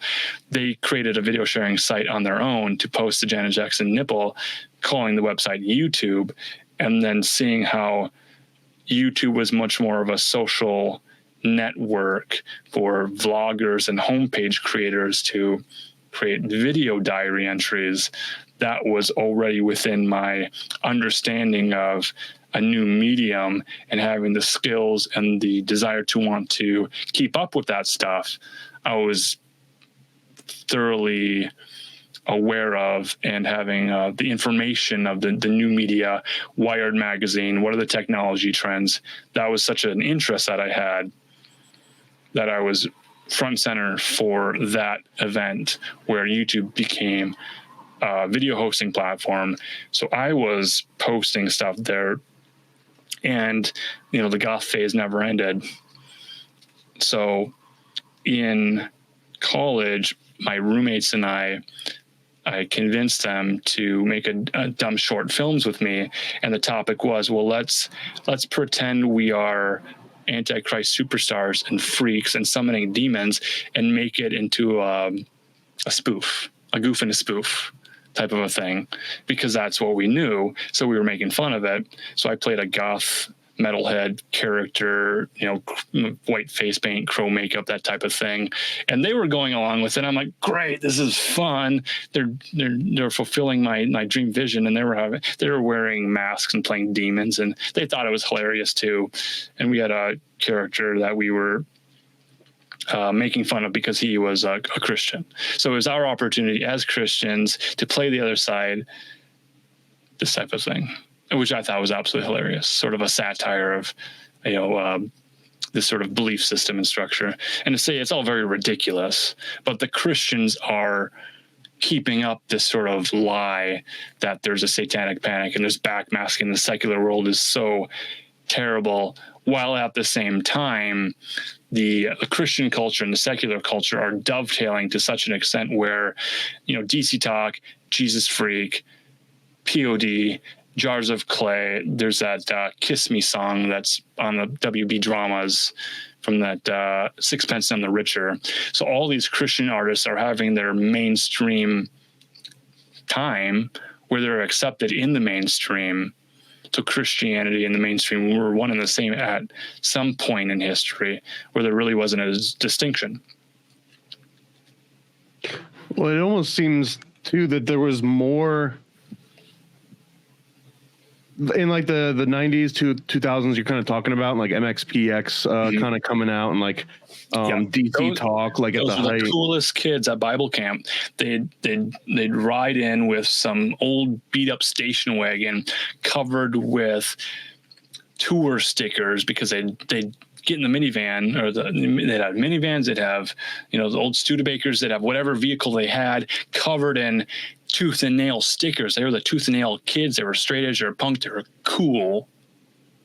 And they'd go to all these concerts, and they knew all the bands, and they themselves were in the bands. So they'd drive up to the refreshment stand, the Oasis, where we're getting hamburgers and deep fried onion rings and stuff. And they're showing up at like after church service that evening. It's like 9:30, 10 o'clock. They're like the vampires in the movie with Corey Feldman in it. Lost Boys. So they're showing up in leather jackets looking like the vampires in Lost Boys, but they're playing Christian hardcore music. Wow, that's cool. And I guess the point too is that this is almost the first time that it's cool to be intentionally Christian, because before that you had a lot of decency laws and like purity tests that movies and music and all these things would have to abide by. And then sometime in the late 60s, kind of 70s, like all bets were off, and now you got The Simpsons on TV and Married with Children, and it's almost like the floodgates were opened. So there was this moment in time when it was like a counterculture thing to not do that, right? To go back to having purity tests and back to almost pretending as if decency laws still existed and upholding that without it being like mandated on you. And that's almost like the cool version that we're talking about a little bit here. Yes. So it might have been parents who had come from divorced homes, and the children of these broken homes would go to Christian youth groups and then get invited to Christian music festivals and discover that there's a positive, uplifting, relieving energy from these dramas at home. This was a much better lifestyle. There were friends to be made. There was emotions to be worked through, and there was a positive outcome at the end of the night for these people. So there was a desire for it. There still is. You can go to TikTok and see Christian TikTokers. This is a continuous thing. We're talking about a time and culture where MTV plays Project 86, hardcore Christian music, and now we're represented. TRL, the Total Request Live, call in and vote for POD. And POD is number one because Christian kids are paying attention and wanting Christian music to be the top represented music on the call-in Total Request line on MTV. So that was a cultural victory for all of us in the trenches watching Carmen music videos in our pajamas before bed in the early 90s. You mentioned Fritz Springmeier by name being tangential to like ex-Mars stuff. Yeah. Like, did you actually come across Fritz Springmeier's books and read them, or did you just see them referenced in other works? Got the internet. Get a gateway computer, sitting in front of it. Carmen, Witch's Invitation.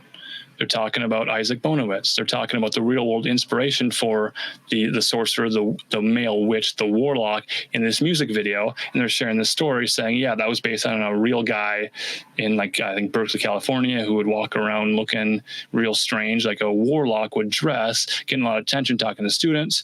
One of the pastors, a campus pastor, got an invitation to a debate at Isaac Bonowitz's house.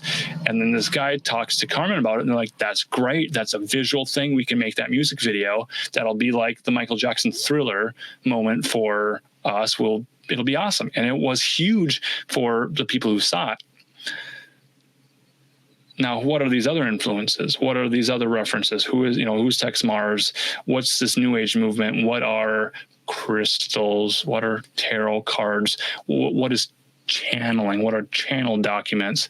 So that opens up supernatural, spiritual hauntings, ghost stories, that sort of stuff, X-Files. And then we get something like The Sixth Sense, M. Night Shyamalan, ding dong, his doors ringing, it's a twist ending, spooky, dead the entire time, this stuff. So internet, research, message boards, threads, taking in all this information. It's so fascinating because the mystery was created in me and I was living this mystery. I was initiated into these mysteries, not of, I guess, my own sort of taking an oath into it, but through a more mystical, shamanic sort of, like, I had the craziest, vividest dreams playing out, prophetic stuff, horror stuff, all this stuff was happening, and not many adults couldn't handle this. I couldn't go talk to an adult therapist because I'd frighten the adult therapist. Like, I couldn't have adult conversations with adults about serious things because they weren't handling that stuff. They didn't want to hear that stuff. They didn't know what to do about it.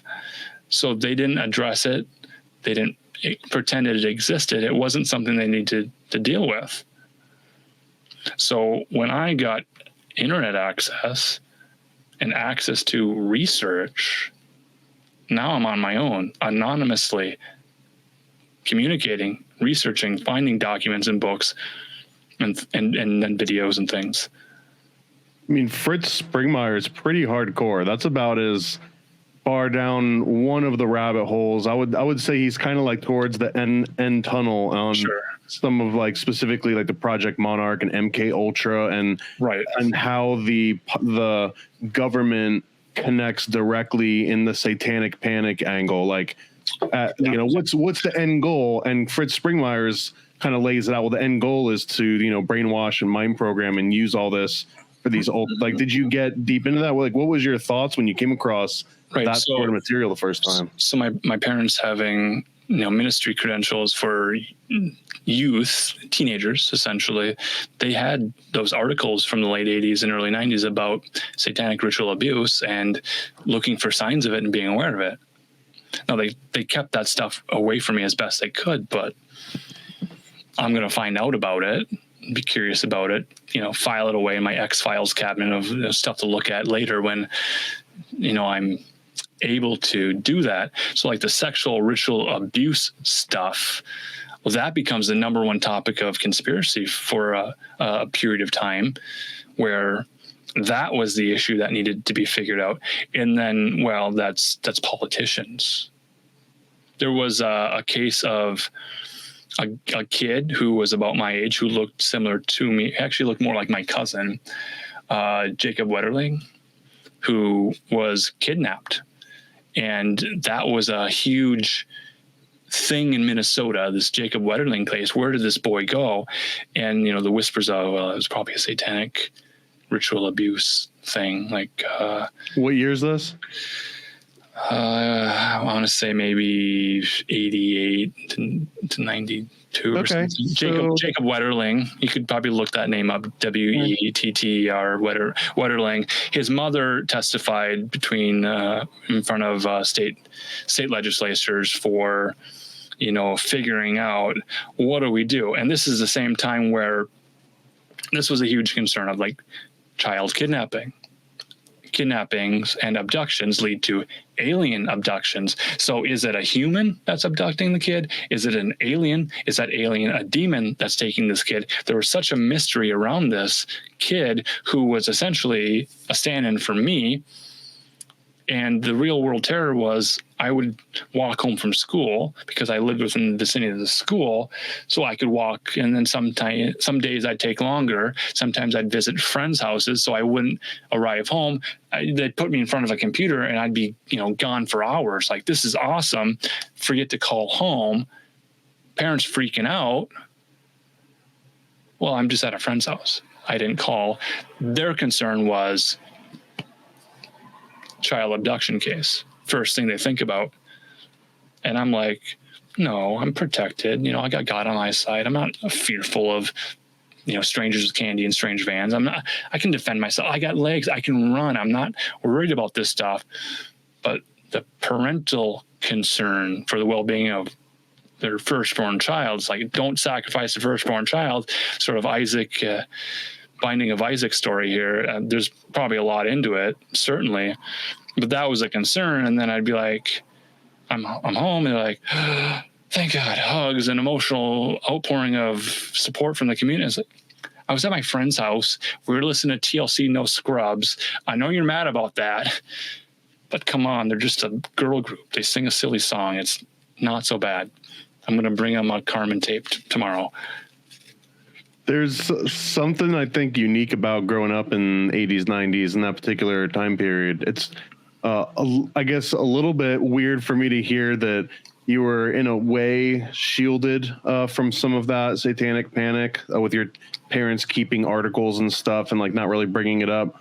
Because my experience, I remember like police officers coming to the school and even on TV talking about telling parents, hey, there might be these satanic kidnapper vans that are scouring. And not a lot of people, you know, this is my version, I guess, of the walking to school uphill in 2 miles of snow. But it was like not a lot of people these days know what it was like to be surrounded in this ubiquitous fear of satanic, like, you know, underground conspiracy kidnappers that were possibly hiding behind every corner. It could be the mailman. It could be, and that was so much more powerful to raising me to be susceptible to conspiracy theories than X-Files ever was, or Nowhere Man, or any of the TV shows or movies. Like that whole premise.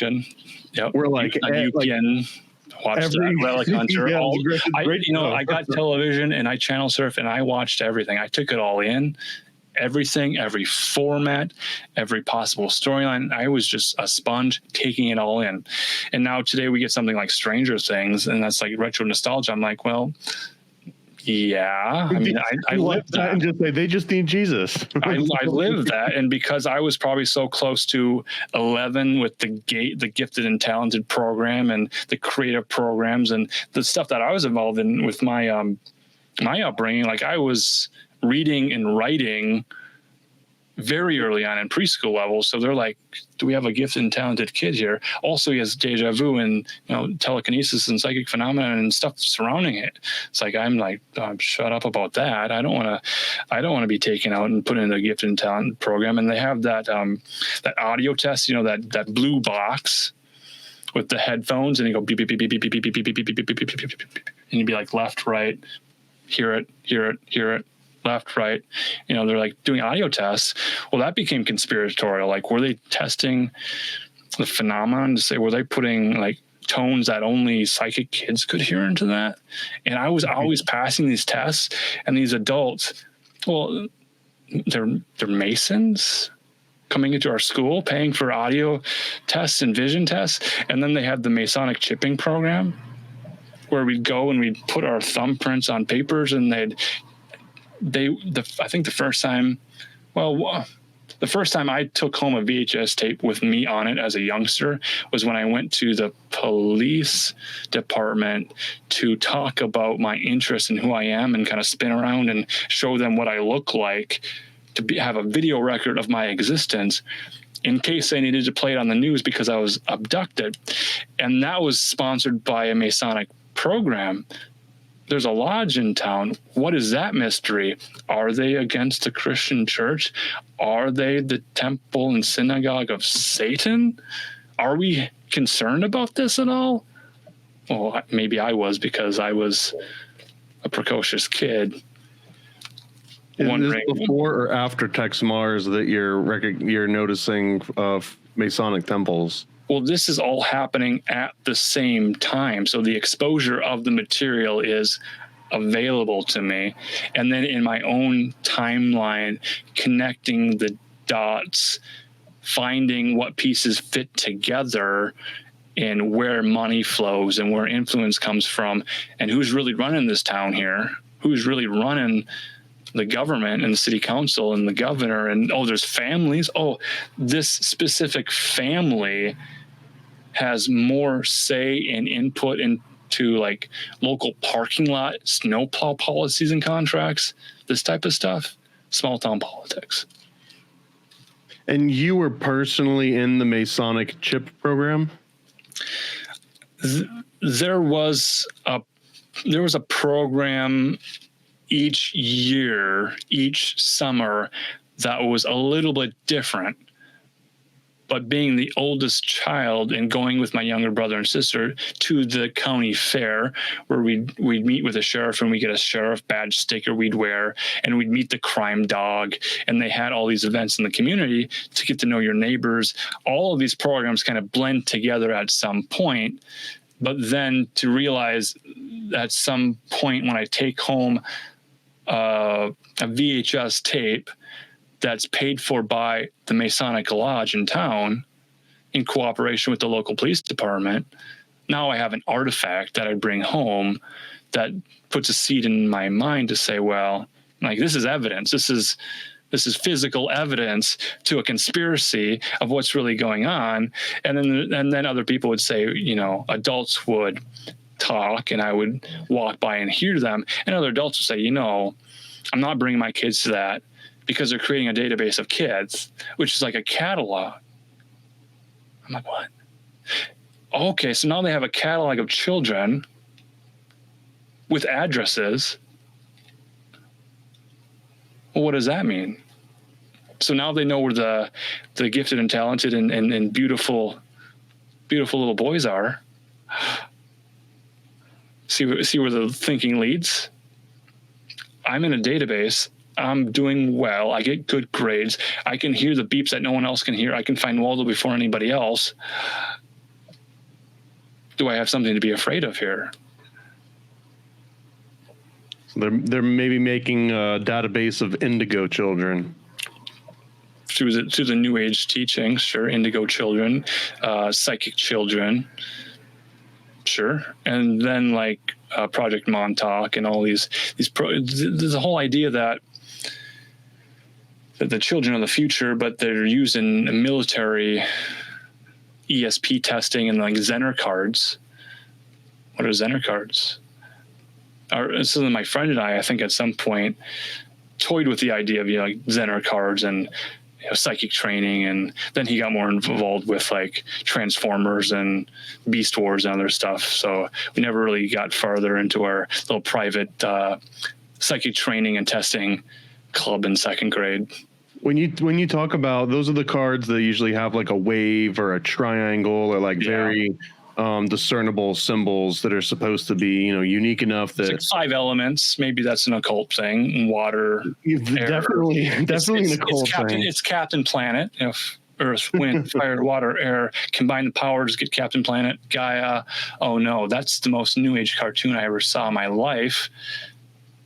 But I can watch it. I'm getting away with it. There's some interesting stuff here, Ted Turner. Were you familiar with James Randi then or now? I was familiar with James Randi because of Michael Shermer being a complete jerk off, always trying to say that Christianity is not a skeptical adjacent thing, because he had gone to a very similar private Christian college. He rode a bike. I think he had a wife who had some health scare, and then he turned his back away from God and became a skeptic, and was always on television. And he was telling me that the Bible code and gematria was a pattern recognition thing that didn't quite exist, and he was debunking it. And then I got into Penn and Teller and their bullshit series and the whole New Age atheist enlightenment. They had a word for it in Wired magazine where they were trying to say that this new thought movement that was atheistic and skeptical would be called like bright or something. I'm like, well, that's light, that's Luciferic. There are a Luciferic agenda behind this new atheist movement. That's kind of dumb. Later realizing that Wired magazine itself was very much propaganda. And then that's another thing about me is I subscribe to every single magazine. So I would get magazine trials, and I recognized that if I put in the name field on a computer, current as the first name, resident as the last name, it would be delivered to current resident at my house at my mailbox. So I would get tons and tons of magazines to current resident that was delivered successfully. And then I'd just pour through those magazines to current resident. Did this include stuff in Maxim or were you? Yes, absolutely. Yep. Those were the easiest magazines to get unending free subscriptions to. I would get like double or triples of some of those magazines. Yeah, I don't know if this is still a hack that works now, but even I guess back then, the hack that I came to learn afterwards, but that those magazines, they don't care about, for the most part, your subscription. They care about the advertisements. Yes. So they go to the advertisers and they say, look, we've got X number of subscribers. Yep. So if you ever like fraudulently or signed up for free and let it lapse or anything, they'd usually keep you on the mailing list because you on the mailing list are worth more money to the advertiser than the subscriber. So yeah, that was like you could have a subscription to damn near any magazine you wanted indefinitely. And trade journals. So every magazine, you know, every mail day was an excitement of possibility of just a stack of material that I could just flip through and be exposed to all sorts of trade magazine stuff, all sorts of like club magazines. And I was getting into like DJ culture and sound equipment and video equipment and getting like a BH catalog that was like the size of a phone book. Flipping through it, looking at all these cool cameras and lights and sound equipment and stuff. A lot of fun. So I've got a little segment that I like to play where I'm just gonna rapid fire a bunch of questions at you now that I've got a little bit of background. So some of it will feel arbitrary, but I swear it'll be a little bit custom tailored. Sure. Just to get some fodder for the next time we talk. Right. All right, I'm going to play it. Quick little 10 seconds. I'll explain the rules afterwards. Hey, conspiracy buffs, I double dare you to take some PCP, the Paranormal Conspiracy Probe. On your marks, get set, and go! Rules are pretty simple. I just want you to rate things 1 to 10. So if I started out and I said, how much do you believe in Bigfoot on a scale from 1 to 10, where would you put yourself? Bigfoot, 10. How about flat Earth? I am between two worlds with that, attending Flat Earth Fest, doing that again this year, end of September. I'm right in the middle. I'm at the 5 point where I see arguments from both sides, the best arguments from both sides. I could be convinced and swayed either way. I think there's a conspiratory element with the UN flag. It looks like a flat Earth map, but maybe it's a target and target Earth. So there's all sorts of fun ideas there. I'm not convinced one way or the other, so I'm always on the fence at a 5. What about Atlantis? Atlantis, the colony, the islands, the idea of Atlantis. Yeah, I think there's a civilization that had some sort of idea under the idea of Atlantean culture and high technology and stuff. So I'm close to an 8 or 9 on that. What about Tartaria? This is a controversial subject in my circle of influence and friend groups and stuff, and they go back and forth. So like the Antiquitech, the old world stuff, the mud floods, is that all under the Tartaria banner for you? Yeah, let's because I'll get more granular, but let's say Tartaria is kind of mud flood, and generally the premise that I've understood is that any history before, I don't know, 1960. I don't even know where the cutoff is, but so there was a country, a banner flag under the idea of a Tartarian unified empire, and culture. Like a global empire, almost Atlantean in some respects. I'm accepting of that possibility of an idea. Yeah. What about mud floods specifically? Yeah, seeing certain buildings in like San Francisco where the first few floors are underground. Was it a mud flood? Was it a fire? There's Noah's flood. God promised he'd never destroy the earth with a flood again, but that doesn't mean he wouldn't take coastal areas and put them underwater. Atlantis we're already accepting of. Mud flood's a possibility. Say an 8 on mud flood. What about the idea of World's Fairs being a cover to destroy previous buildings from like an older group of, advanced civilizations? Open to that possibility. All the world's a stage, and the World Fair being a staging for cultural progress, saying that this is where we want to take our culture, sort of a trade show idea, makes a lot of sense to me. That's like a 9. What about a conventional concept of dinosaurs, as you would go into a National Museum of History and see Right. a T-Rex skeleton. The Bible talks about the behemoth, a large animal, and the Leviathan. That gets into fun occult lessons of what is Leviathan and that sort of thing. So the possibility that there were larger animals at some point, fossil record, yeah, researching that farther, saying that in museums those fossil structures are recreations of things, kind of suspicious. But in terms of extinct large animals, maybe dragons, are we calling dinosaurs dragons? Not yet. Not yet. Okay, so for this specific question, yeah, about a 7. So more specifically, fire-breathing flying dragons having existed at any point in history. I had thought that maybe the fire with the magma might have been like Gila monster type reptile things on tropical islands where there happened to be like tar pits, or like natural gas opens up and the ground comes on fire, and there are lizards in the area. There seems to be reasons why there are stories associating fire and breathing and dragon in the same breath. So about a 6 or 7. How about a middle-aged alchemical successful transmutation of a base metal into gold? A base metal into actual gold or gold plating? Actual gold. I'm not talking about Philosopher's Stone consciousness. Right, I mean, right. Yeah, at a 5 there.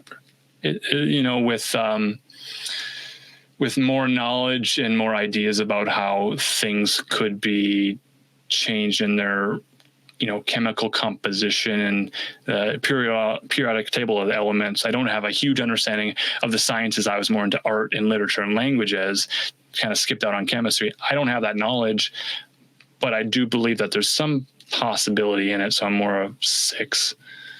What about biblical demons?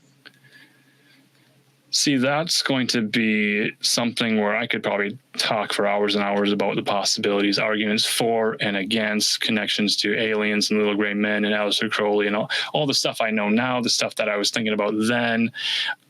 Just the question, demons, biblical demons, what are angels? Are they different from demons? Much more open to that conversation. If it's a personal belief in them, you'd think I'd be at like a 9 or a 10, but I'm more between like a 4 and a 6, depending on the day and the person I'm talking to. Okay. So this one kind of dovetails with that.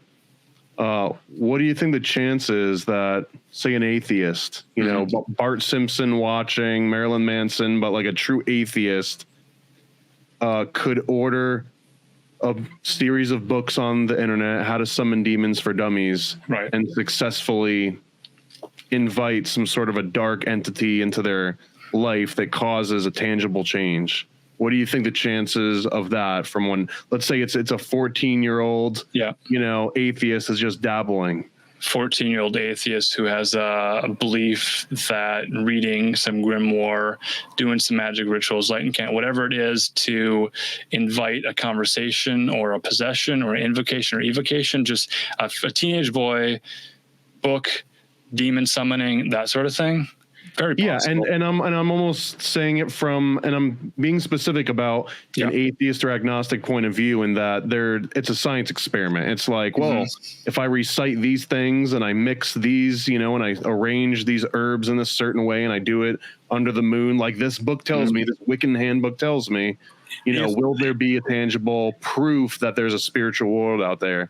What do you think the chances of something like that actually occurring? If that teenager is functioning in a materialistic, atheistic, reductionist, where just brain chemicals firing, the possibility of them hallucinating a demon or having some sort of experiences that are maybe acausal, there's a possibility of that happening. I'm open to the idea that it could occur. If the more specific question is, if the person does not believe that is a possibility at all, period, and if everybody else is hallucinating, gaslighting, and crazy, paranoia stuff.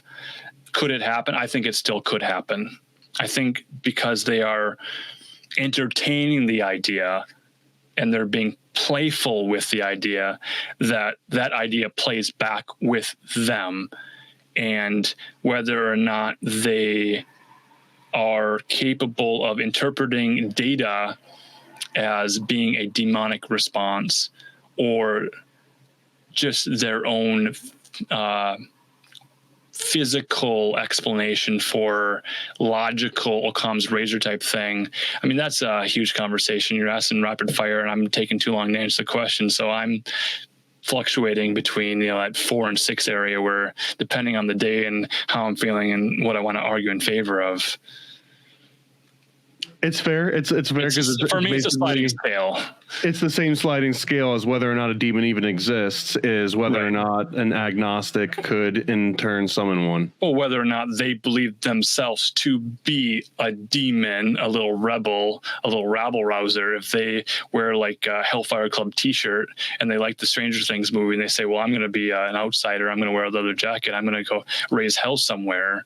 But right, I'm going to go and get an Anton LaVey album and just play it, on a loop. Just to seem dangerous and make my parents and teachers concerned that I'm right. And I always wonder, is there someone out there that does that? I just want to be a little edgelord. I just want to show everyone how, and then it's, oops, I invited a demon. Well, there is power in that. So if it's demonic energy or just the fact that they're dressing in such a way, they're behaving in such a way, they're professing that they are a practicing Satanist, whether or not they're atheistic and they're just saying that, or it's a performative thing, atheism, Satanism, if they're playing around with this power dynamic, there are real world consequences and fallout from putting that forth and portraying yourself to a public in that way. Whether or not that's a supernatural sort of demonic, egregorical, Church of Satan, hidden masters, Black Lodge influence or not, I'm open to the possibility of that being what could or does happen, certainly. How about a 1 to 10 on 9/11 being an inside job? An inside job meaning the Defense Department, the government was aware that there was. Well, I guess, yeah. So let's define the 4, and then I guess you can tell me which of the 4. So there's the government didn't know anything, and it was all basically official story. There is the government got wind of and knew it was happening, but let it happen. Sure. There's the government facilitated its happening, and then there's the government planned it from start to end. I was in choir class in the morning in 9th grade where we had to stop what we're doing, turn on the TV and see the news reports that there was a terrorist attack happening in New York. As a 9th grader taking a social studies class where we watched news every day and we took news notes and wrote down what CNN was reporting. There was shoe bombers and anthrax and snipers at the same time. There's a lot going on. So in my memory, that's all tied together.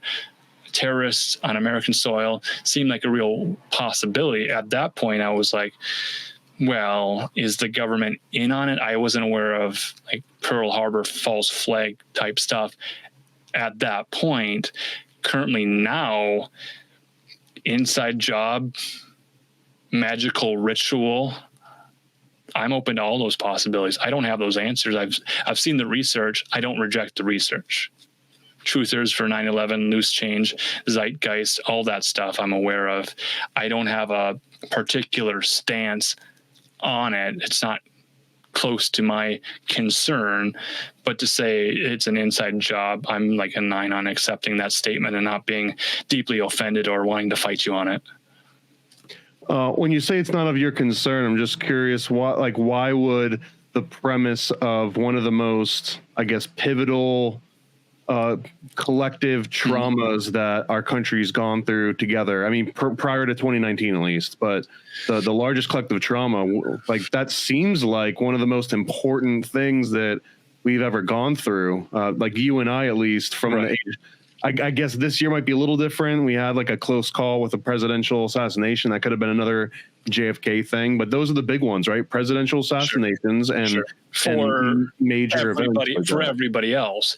And being in a community where I'm hosting live streams and talking about these topics and having to make editorial decisions, and I say, well, that's none of my concern because everybody else is covering it.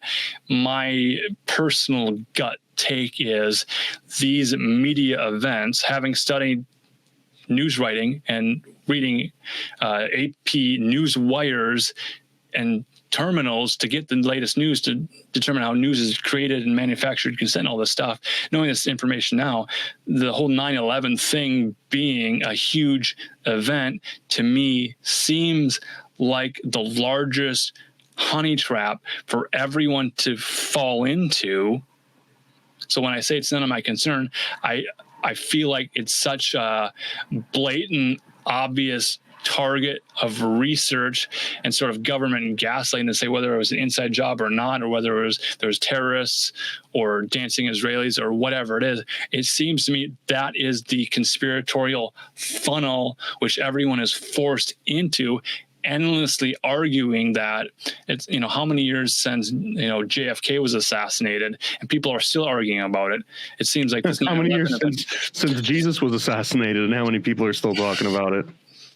Man, if you want to do an actual timeline of, was it actually 2,000 years, literal 365 days? Was the timeline messed with? Were there missing years put in? I mean, that's a question I'll put in, and I'll volunteer a 9 on a possibility of fake years added to a history timeline. So I don't think that even the whole origin of Christianity in the Catholic Church goes back 2,000 years. I'm not convinced of that.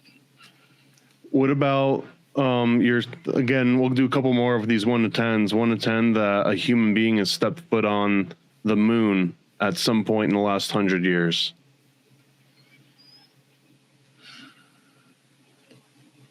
That's a hard one because I want to believe that. I want to believe that we can land on the moon. I'm much more of the opinion that we probably can't get there. The simplest reason why is if we haven't returned to it and we don't have HD footage of it and we haven't started mining helium-3 and stuff from it. If there's vested business interests in going to the moon and, bringing back resources, but we haven't done that yet, that's very suspicious to me. So I'm like, I don't think Lance Armstrong, Neil Armstrong, any of the bicycle riding Freemason people sneaking to the moon and doing rituals. Not my biggest concern, not my hobby of research. The low concern, low belief in landing on the moon, all of the conspiratory research of, is the moon fake or real? Can we travel to outer space? What is SpaceX and NASA doing?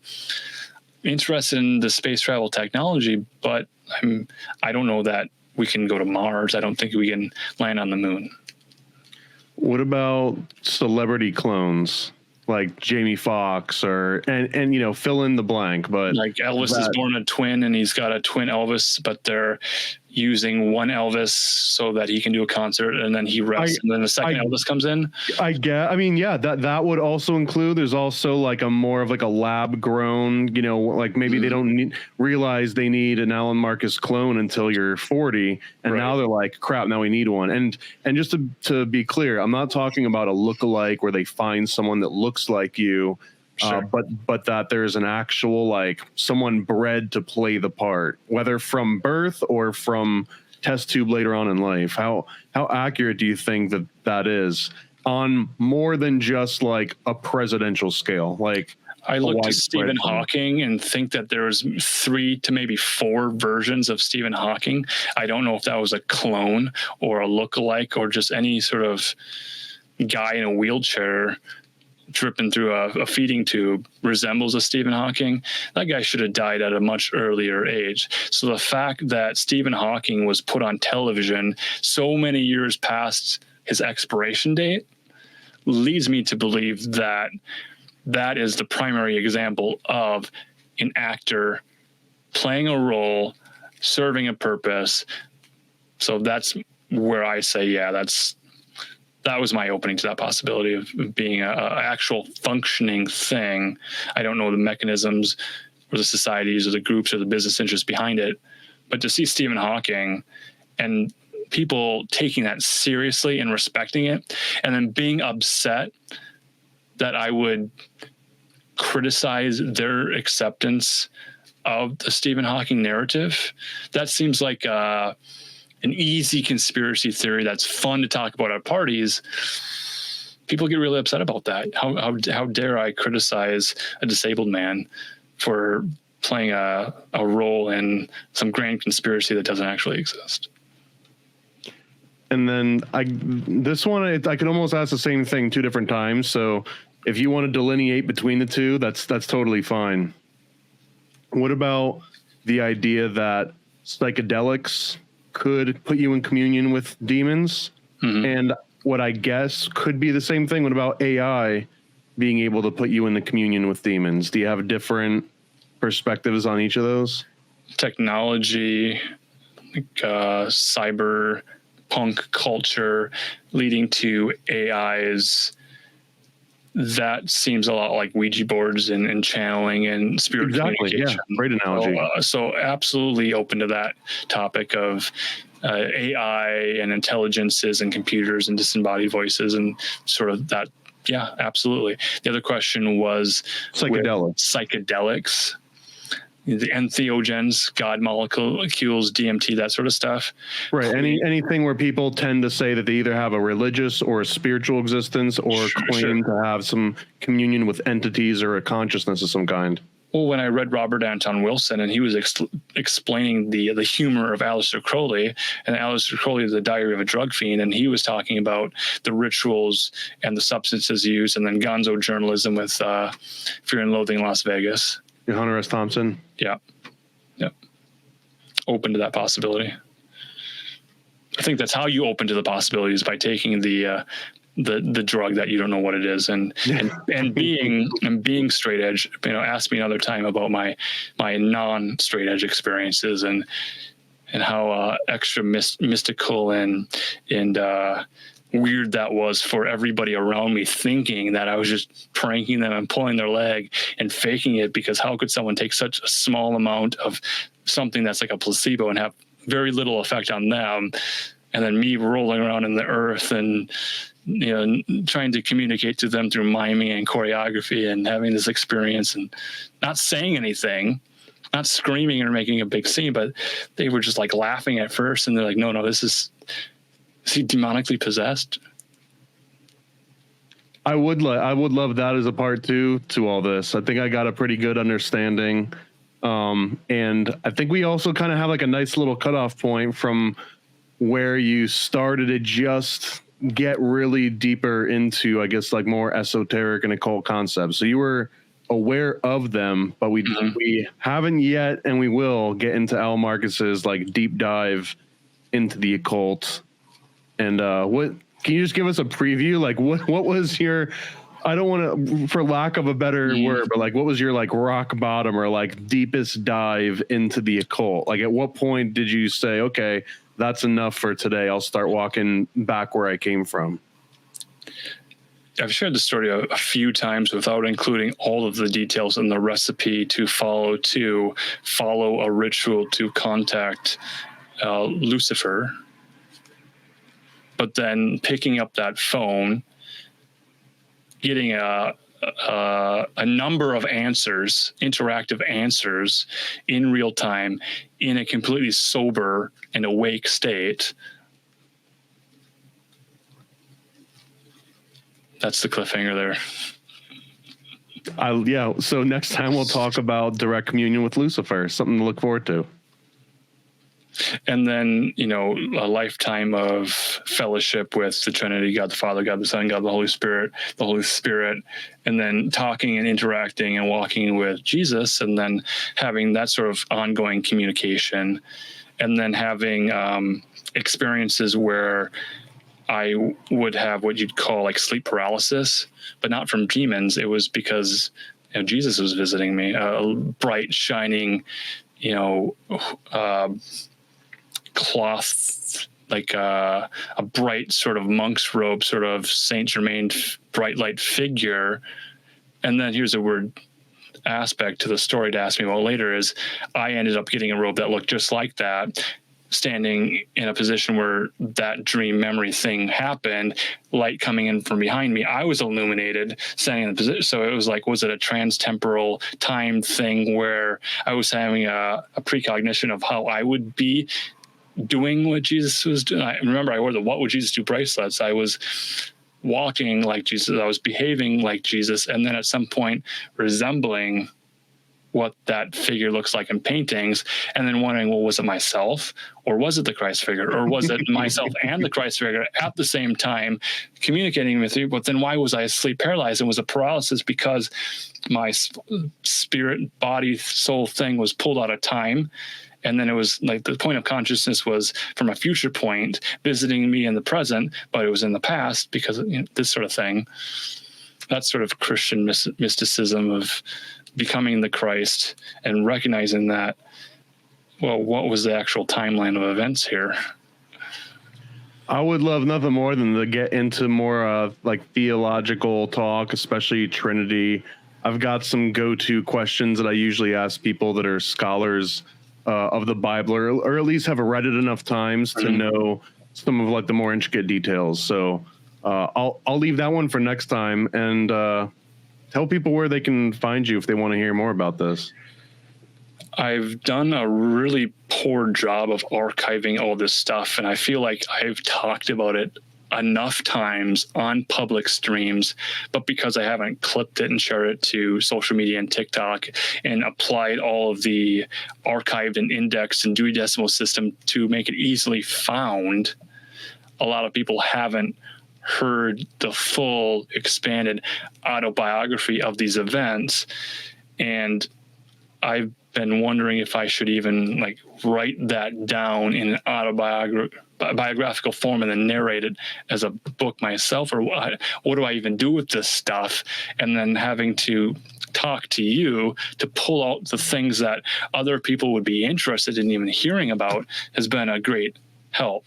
So I have some of that stuff on alanmarcus.com. I have some of it poorly organized on alanmarcus.com, but plans to expand that probably are slowly happening, very, very slowly, teasing it out further to say, is there even a demand for this storytime stuff? Well, I think there could be. I would plant a seed, maybe. Yeah.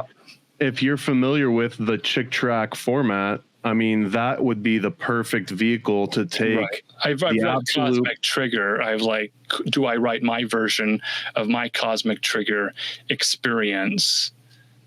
I could do that. I'm familiar with it. I think, I mean, if you're asking, if it's not rhetorical, right, I'd say all of the above, because the way that you would express your thoughts through a Chick Track or through a Cosmic Trigger or through a music video or through a painting, they would all be it would be like a holographic thing. Like every time you tell that story in a different medium, you're able to show one extra little nook and cranny of that. And you might not feel like you've ever told the whole story until you do it through all these different mediums. Well, let's go back to like 4th grade Bible camp. So I'm the only kid from my church to ride up with my pastor to a kids camp.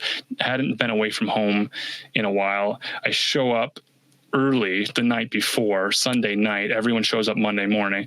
I show up early. They put me in a cabin with some other pastors' kids, and these pastor kids are jerks to me. They don't care about my well-being, and they're kind of hazing me a little bit because they're all friends. Turns out their father happened to be the counselor for the group. So I was with their father. He is a pastor at a small church. And then at our altar time, 7, 8, 9 p.m. at night at a Christian Bible camp, they're praying and I'm participating. I'm fully complicit and participating with this stuff. And they're doing this sort of prophecy night. Like, what are you going to do in the future? Sort of like, not really a career fair, but what role do you have in this church franchise? Are you going to be an Assembly of God minister? Are you going to be a missionary? What are you going to do? And I don't even remember if I had, obsessively let out, spilled my information about my interest in broadcasting and television and film and that sort of stuff. I don't even remember talking that much about it. In fact, I think I pretty much just kept quiet most of the time because I'm just a fourth grade kid trying to read everybody else's language. Long story short, the guy is getting all these other pastors to really pray for me, and all the energy is surrounding me. I'm in the spotlight and I'm absolutely dreading it because I'm getting too much attention. But then they start saying that, we see a vision of a future where you're a broadcaster and you're reaching millions of people and they're hearing your story. So this seed was already planted in me. I'm like, that's annoying. Why did you have to say those words? Why did you have to plant that blessing on me, which seems to be a curse? Because now I just want to be behind the scenes, producing shows, making content, letting the cattle actors in front of the camera look pretty and do hair and makeup and stuff. Yeah, well, sorry, you don't get to pick your mission all the time, right? Not when I comply and I'm complicit in what's that word, consent. I consented to going to Bible camp. I consented to the altar call. I consented to the call. I asked Jesus into my heart. I wanted to be filled with the Holy Spirit. What else could I have expected to happen than more responsibility, more prophecy, more upgrades, I would say, like the army of the Lord, the army of God, onward Christian soldier. It's like I can't just be in not the Jesuits. It sounds like Jesuits, not Jesuits. Right. I have to climb the chain of command and be a leader in this. And I'm like, dude, come on. I'm in 4th grade. Wait till I'm in like 11th grade, and then we can talk about college choices. But man, as a 4th grader. But body language and reading people and having that sort of word of wisdom and prophecy and stuff, it's like, what are you going to do? I was broadcasting it. People picked up on it. Well, we got a good look into, I guess, what I'll coin like the Christian side of this story. And it sounds like the other half might be like a Luciferian, at least in a cliffhanger way. It'll be the Luciferian side of the story. I like cliffhangers. I also want to plug a new debate format. I have been involved with sort of a creative web weaving of stories and ideas and seeing the connections between everything in a yes and accepting and an exploration of things. That's been fun. That's very creative and fun. Now, in the world we're living with and needing to change the format a little bit to sort of define a barrier between what is exploration and creativity and what is having to say, well, there are absolute truths that we need to argue for or against. So making a debate format, I had a show, Deliberating Dog-Faced Dudes. I don't know if you caught it. The topic was, should women be allowed to vote and run for office? I think that's a very one of your more recent ones, yeah. Yes. So I was wondering if you caught that and wanted to talk more about my misogynistic views of Christian nationalism. Well, I don't know what kind of monster takes pleasure in watching women just suffrage left and right. Right. Yep. So look for that on AlanMarcus.com. That's awesome. Should women be allowed to vote? How dare I even ask that question? Right, for that fallback. And suffraging. It's 2020, people. It's not working out, guys. We need God in America again. We need to fly the Christian flag next to the American flag. Prayer back in schools. Get Amy Grant out of there. Well, we can talk about Amy Grant and Michael W. Smith and the history of Christian music. And, what I've discovered as an adult about those topics in the music business out of Nashville and what's really going on. Honestly, it sounds like you might have like a modern day John Todd sort of story to tell, because that was his approach too, was that he had seen the inside of the Christian music industry and was there to expose all of it while also operating occult bookstores on the side. So, all right, well, we're going to save that one for next time. Alan Marcus, thank you for spending some time with me and giving me the backstory and helping tee up what I think will be an even better part two. I always want to get to the juicier, deeper, like 303 level courses, but without laying that foundation of, well, what is my experience? Why am I talking about these things? What are my credentials? That sort of thing. No, this is incredibly helpful, especially to understand how deep-rooted what I'll kind of perceive as like the belief in supernatural at a level where it's undeniable, not where you have to trick yourself into thinking, did I see that out of the corner of my eye? But the way that you described it, it leaves zero chance for hijinks or, like optical phenomenon. It sounds like what you experienced was something that you couldn't deny, and therefore you've never even been in the situation where dabbling in atheism was even an option, which is fairly unique to me, because a lot of the people that I know, especially with religious backgrounds, they tend to have like this pendulum swinging reactionary opposition to religion, where they dabble in atheism and have to come back to it. They dabble in agnosticism and come back to it.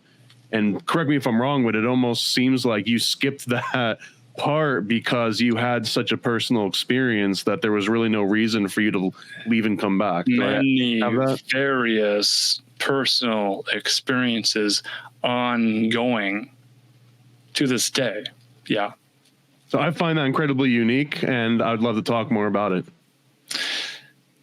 Yeah, it's not something that I really even wanted to talk about. It's not something I want to share. It's not something that I'm, proud of. Like, I did this thing. I had these experiences.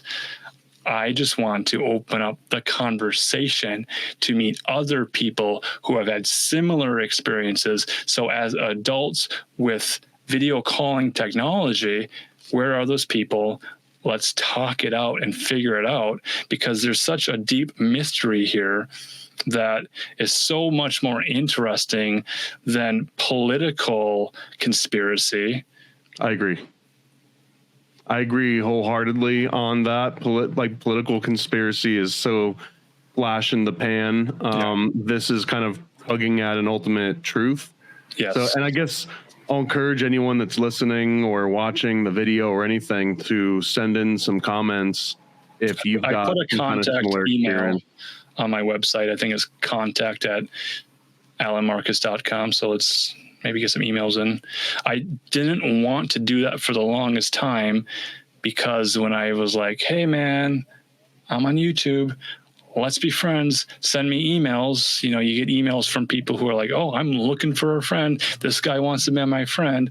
Now I'm being more focused to say, this is kind of my story. You've heard my story. Maybe you have similar aspects to your story, and we can figure out mysteries together. So purposeful contact.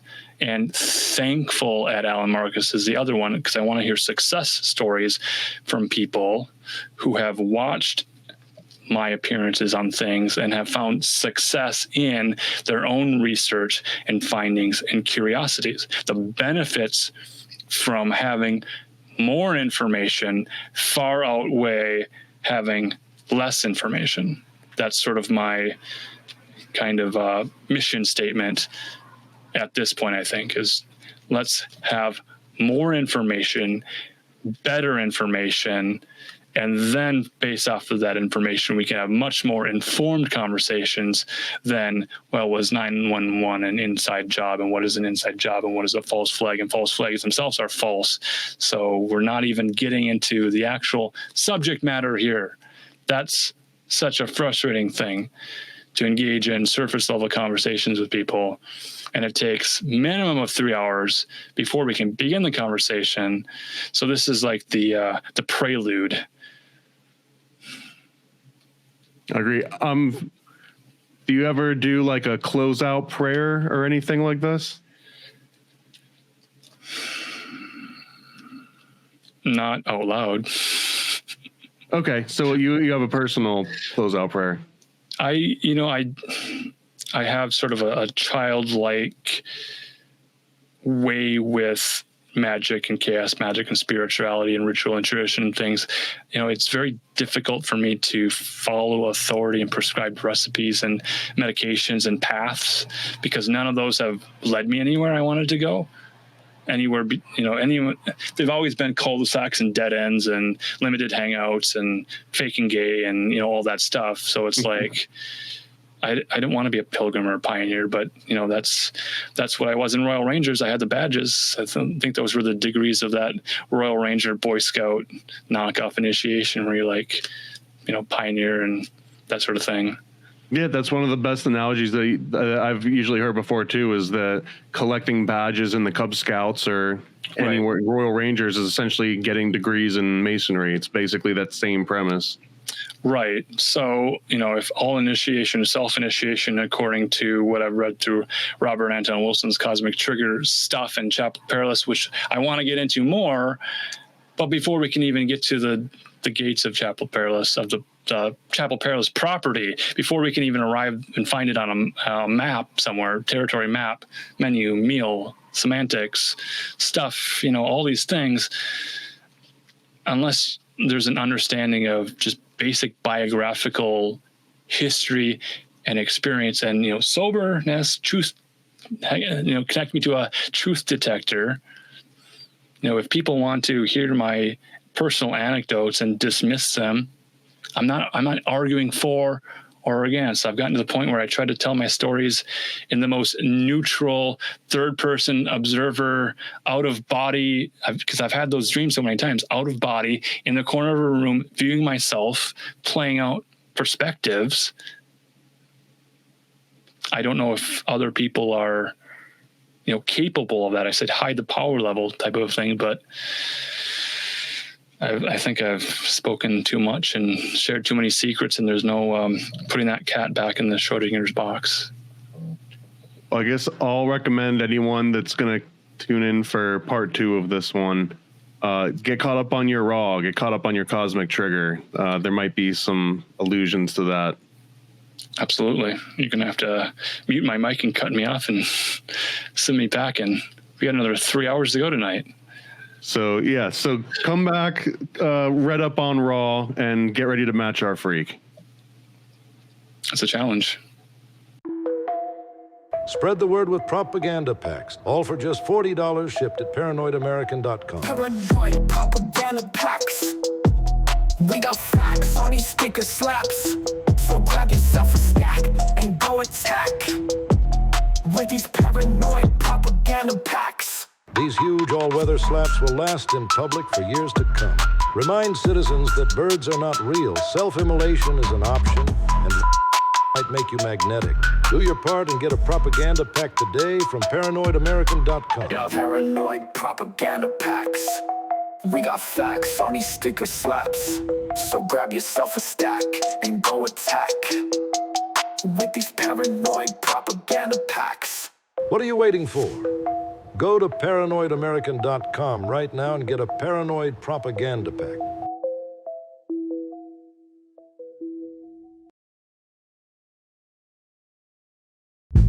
Ready for a cosmic conspiracy about Stanley Kubrick, moon landings, and the CIA?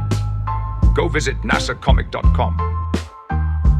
nasacomic.com, CIA's biggest con. Stanley Kubrick put us on, that's why we're singing this song. I'm nasacomic.com, go visit nasacomic.com. Go visit nasacomic.com.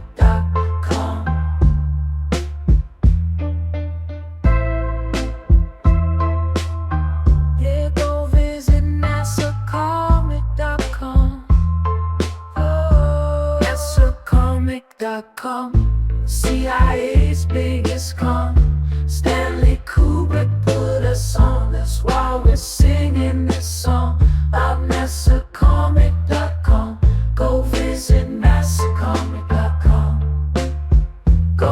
visit NASAcomic.com.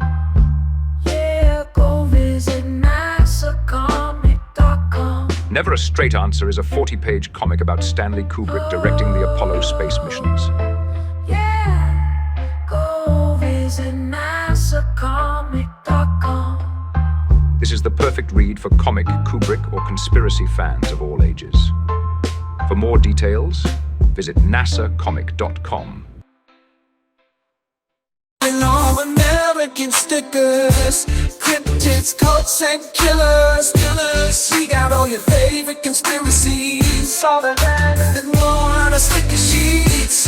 Paranoid American stickers, they'll make you smile and snicker. False flags and secret societies, all of these and more on our sticker sheets. Explore the unique with Paranoid American sticker sheets. Unearth tales of cryptids, cults, and mysteries through each sticker. These won't last long. Get yours now at paranoidamerican.com. All American stickers, cryptids, cults, and killers. We got all your favorite conspiracies, all of that and more on our sticker sheets. Paranoid American stickers, they'll make you smile and snicker. False flags and secret societies, all of these and more on our sticker sheets. What the heck are you waiting for? Discover the extraordinary with Paranoid American sticker sheets. From cryptids in the night to cults out of sight, each sticker is a unique find. Get yours now at paranoidamerican.com.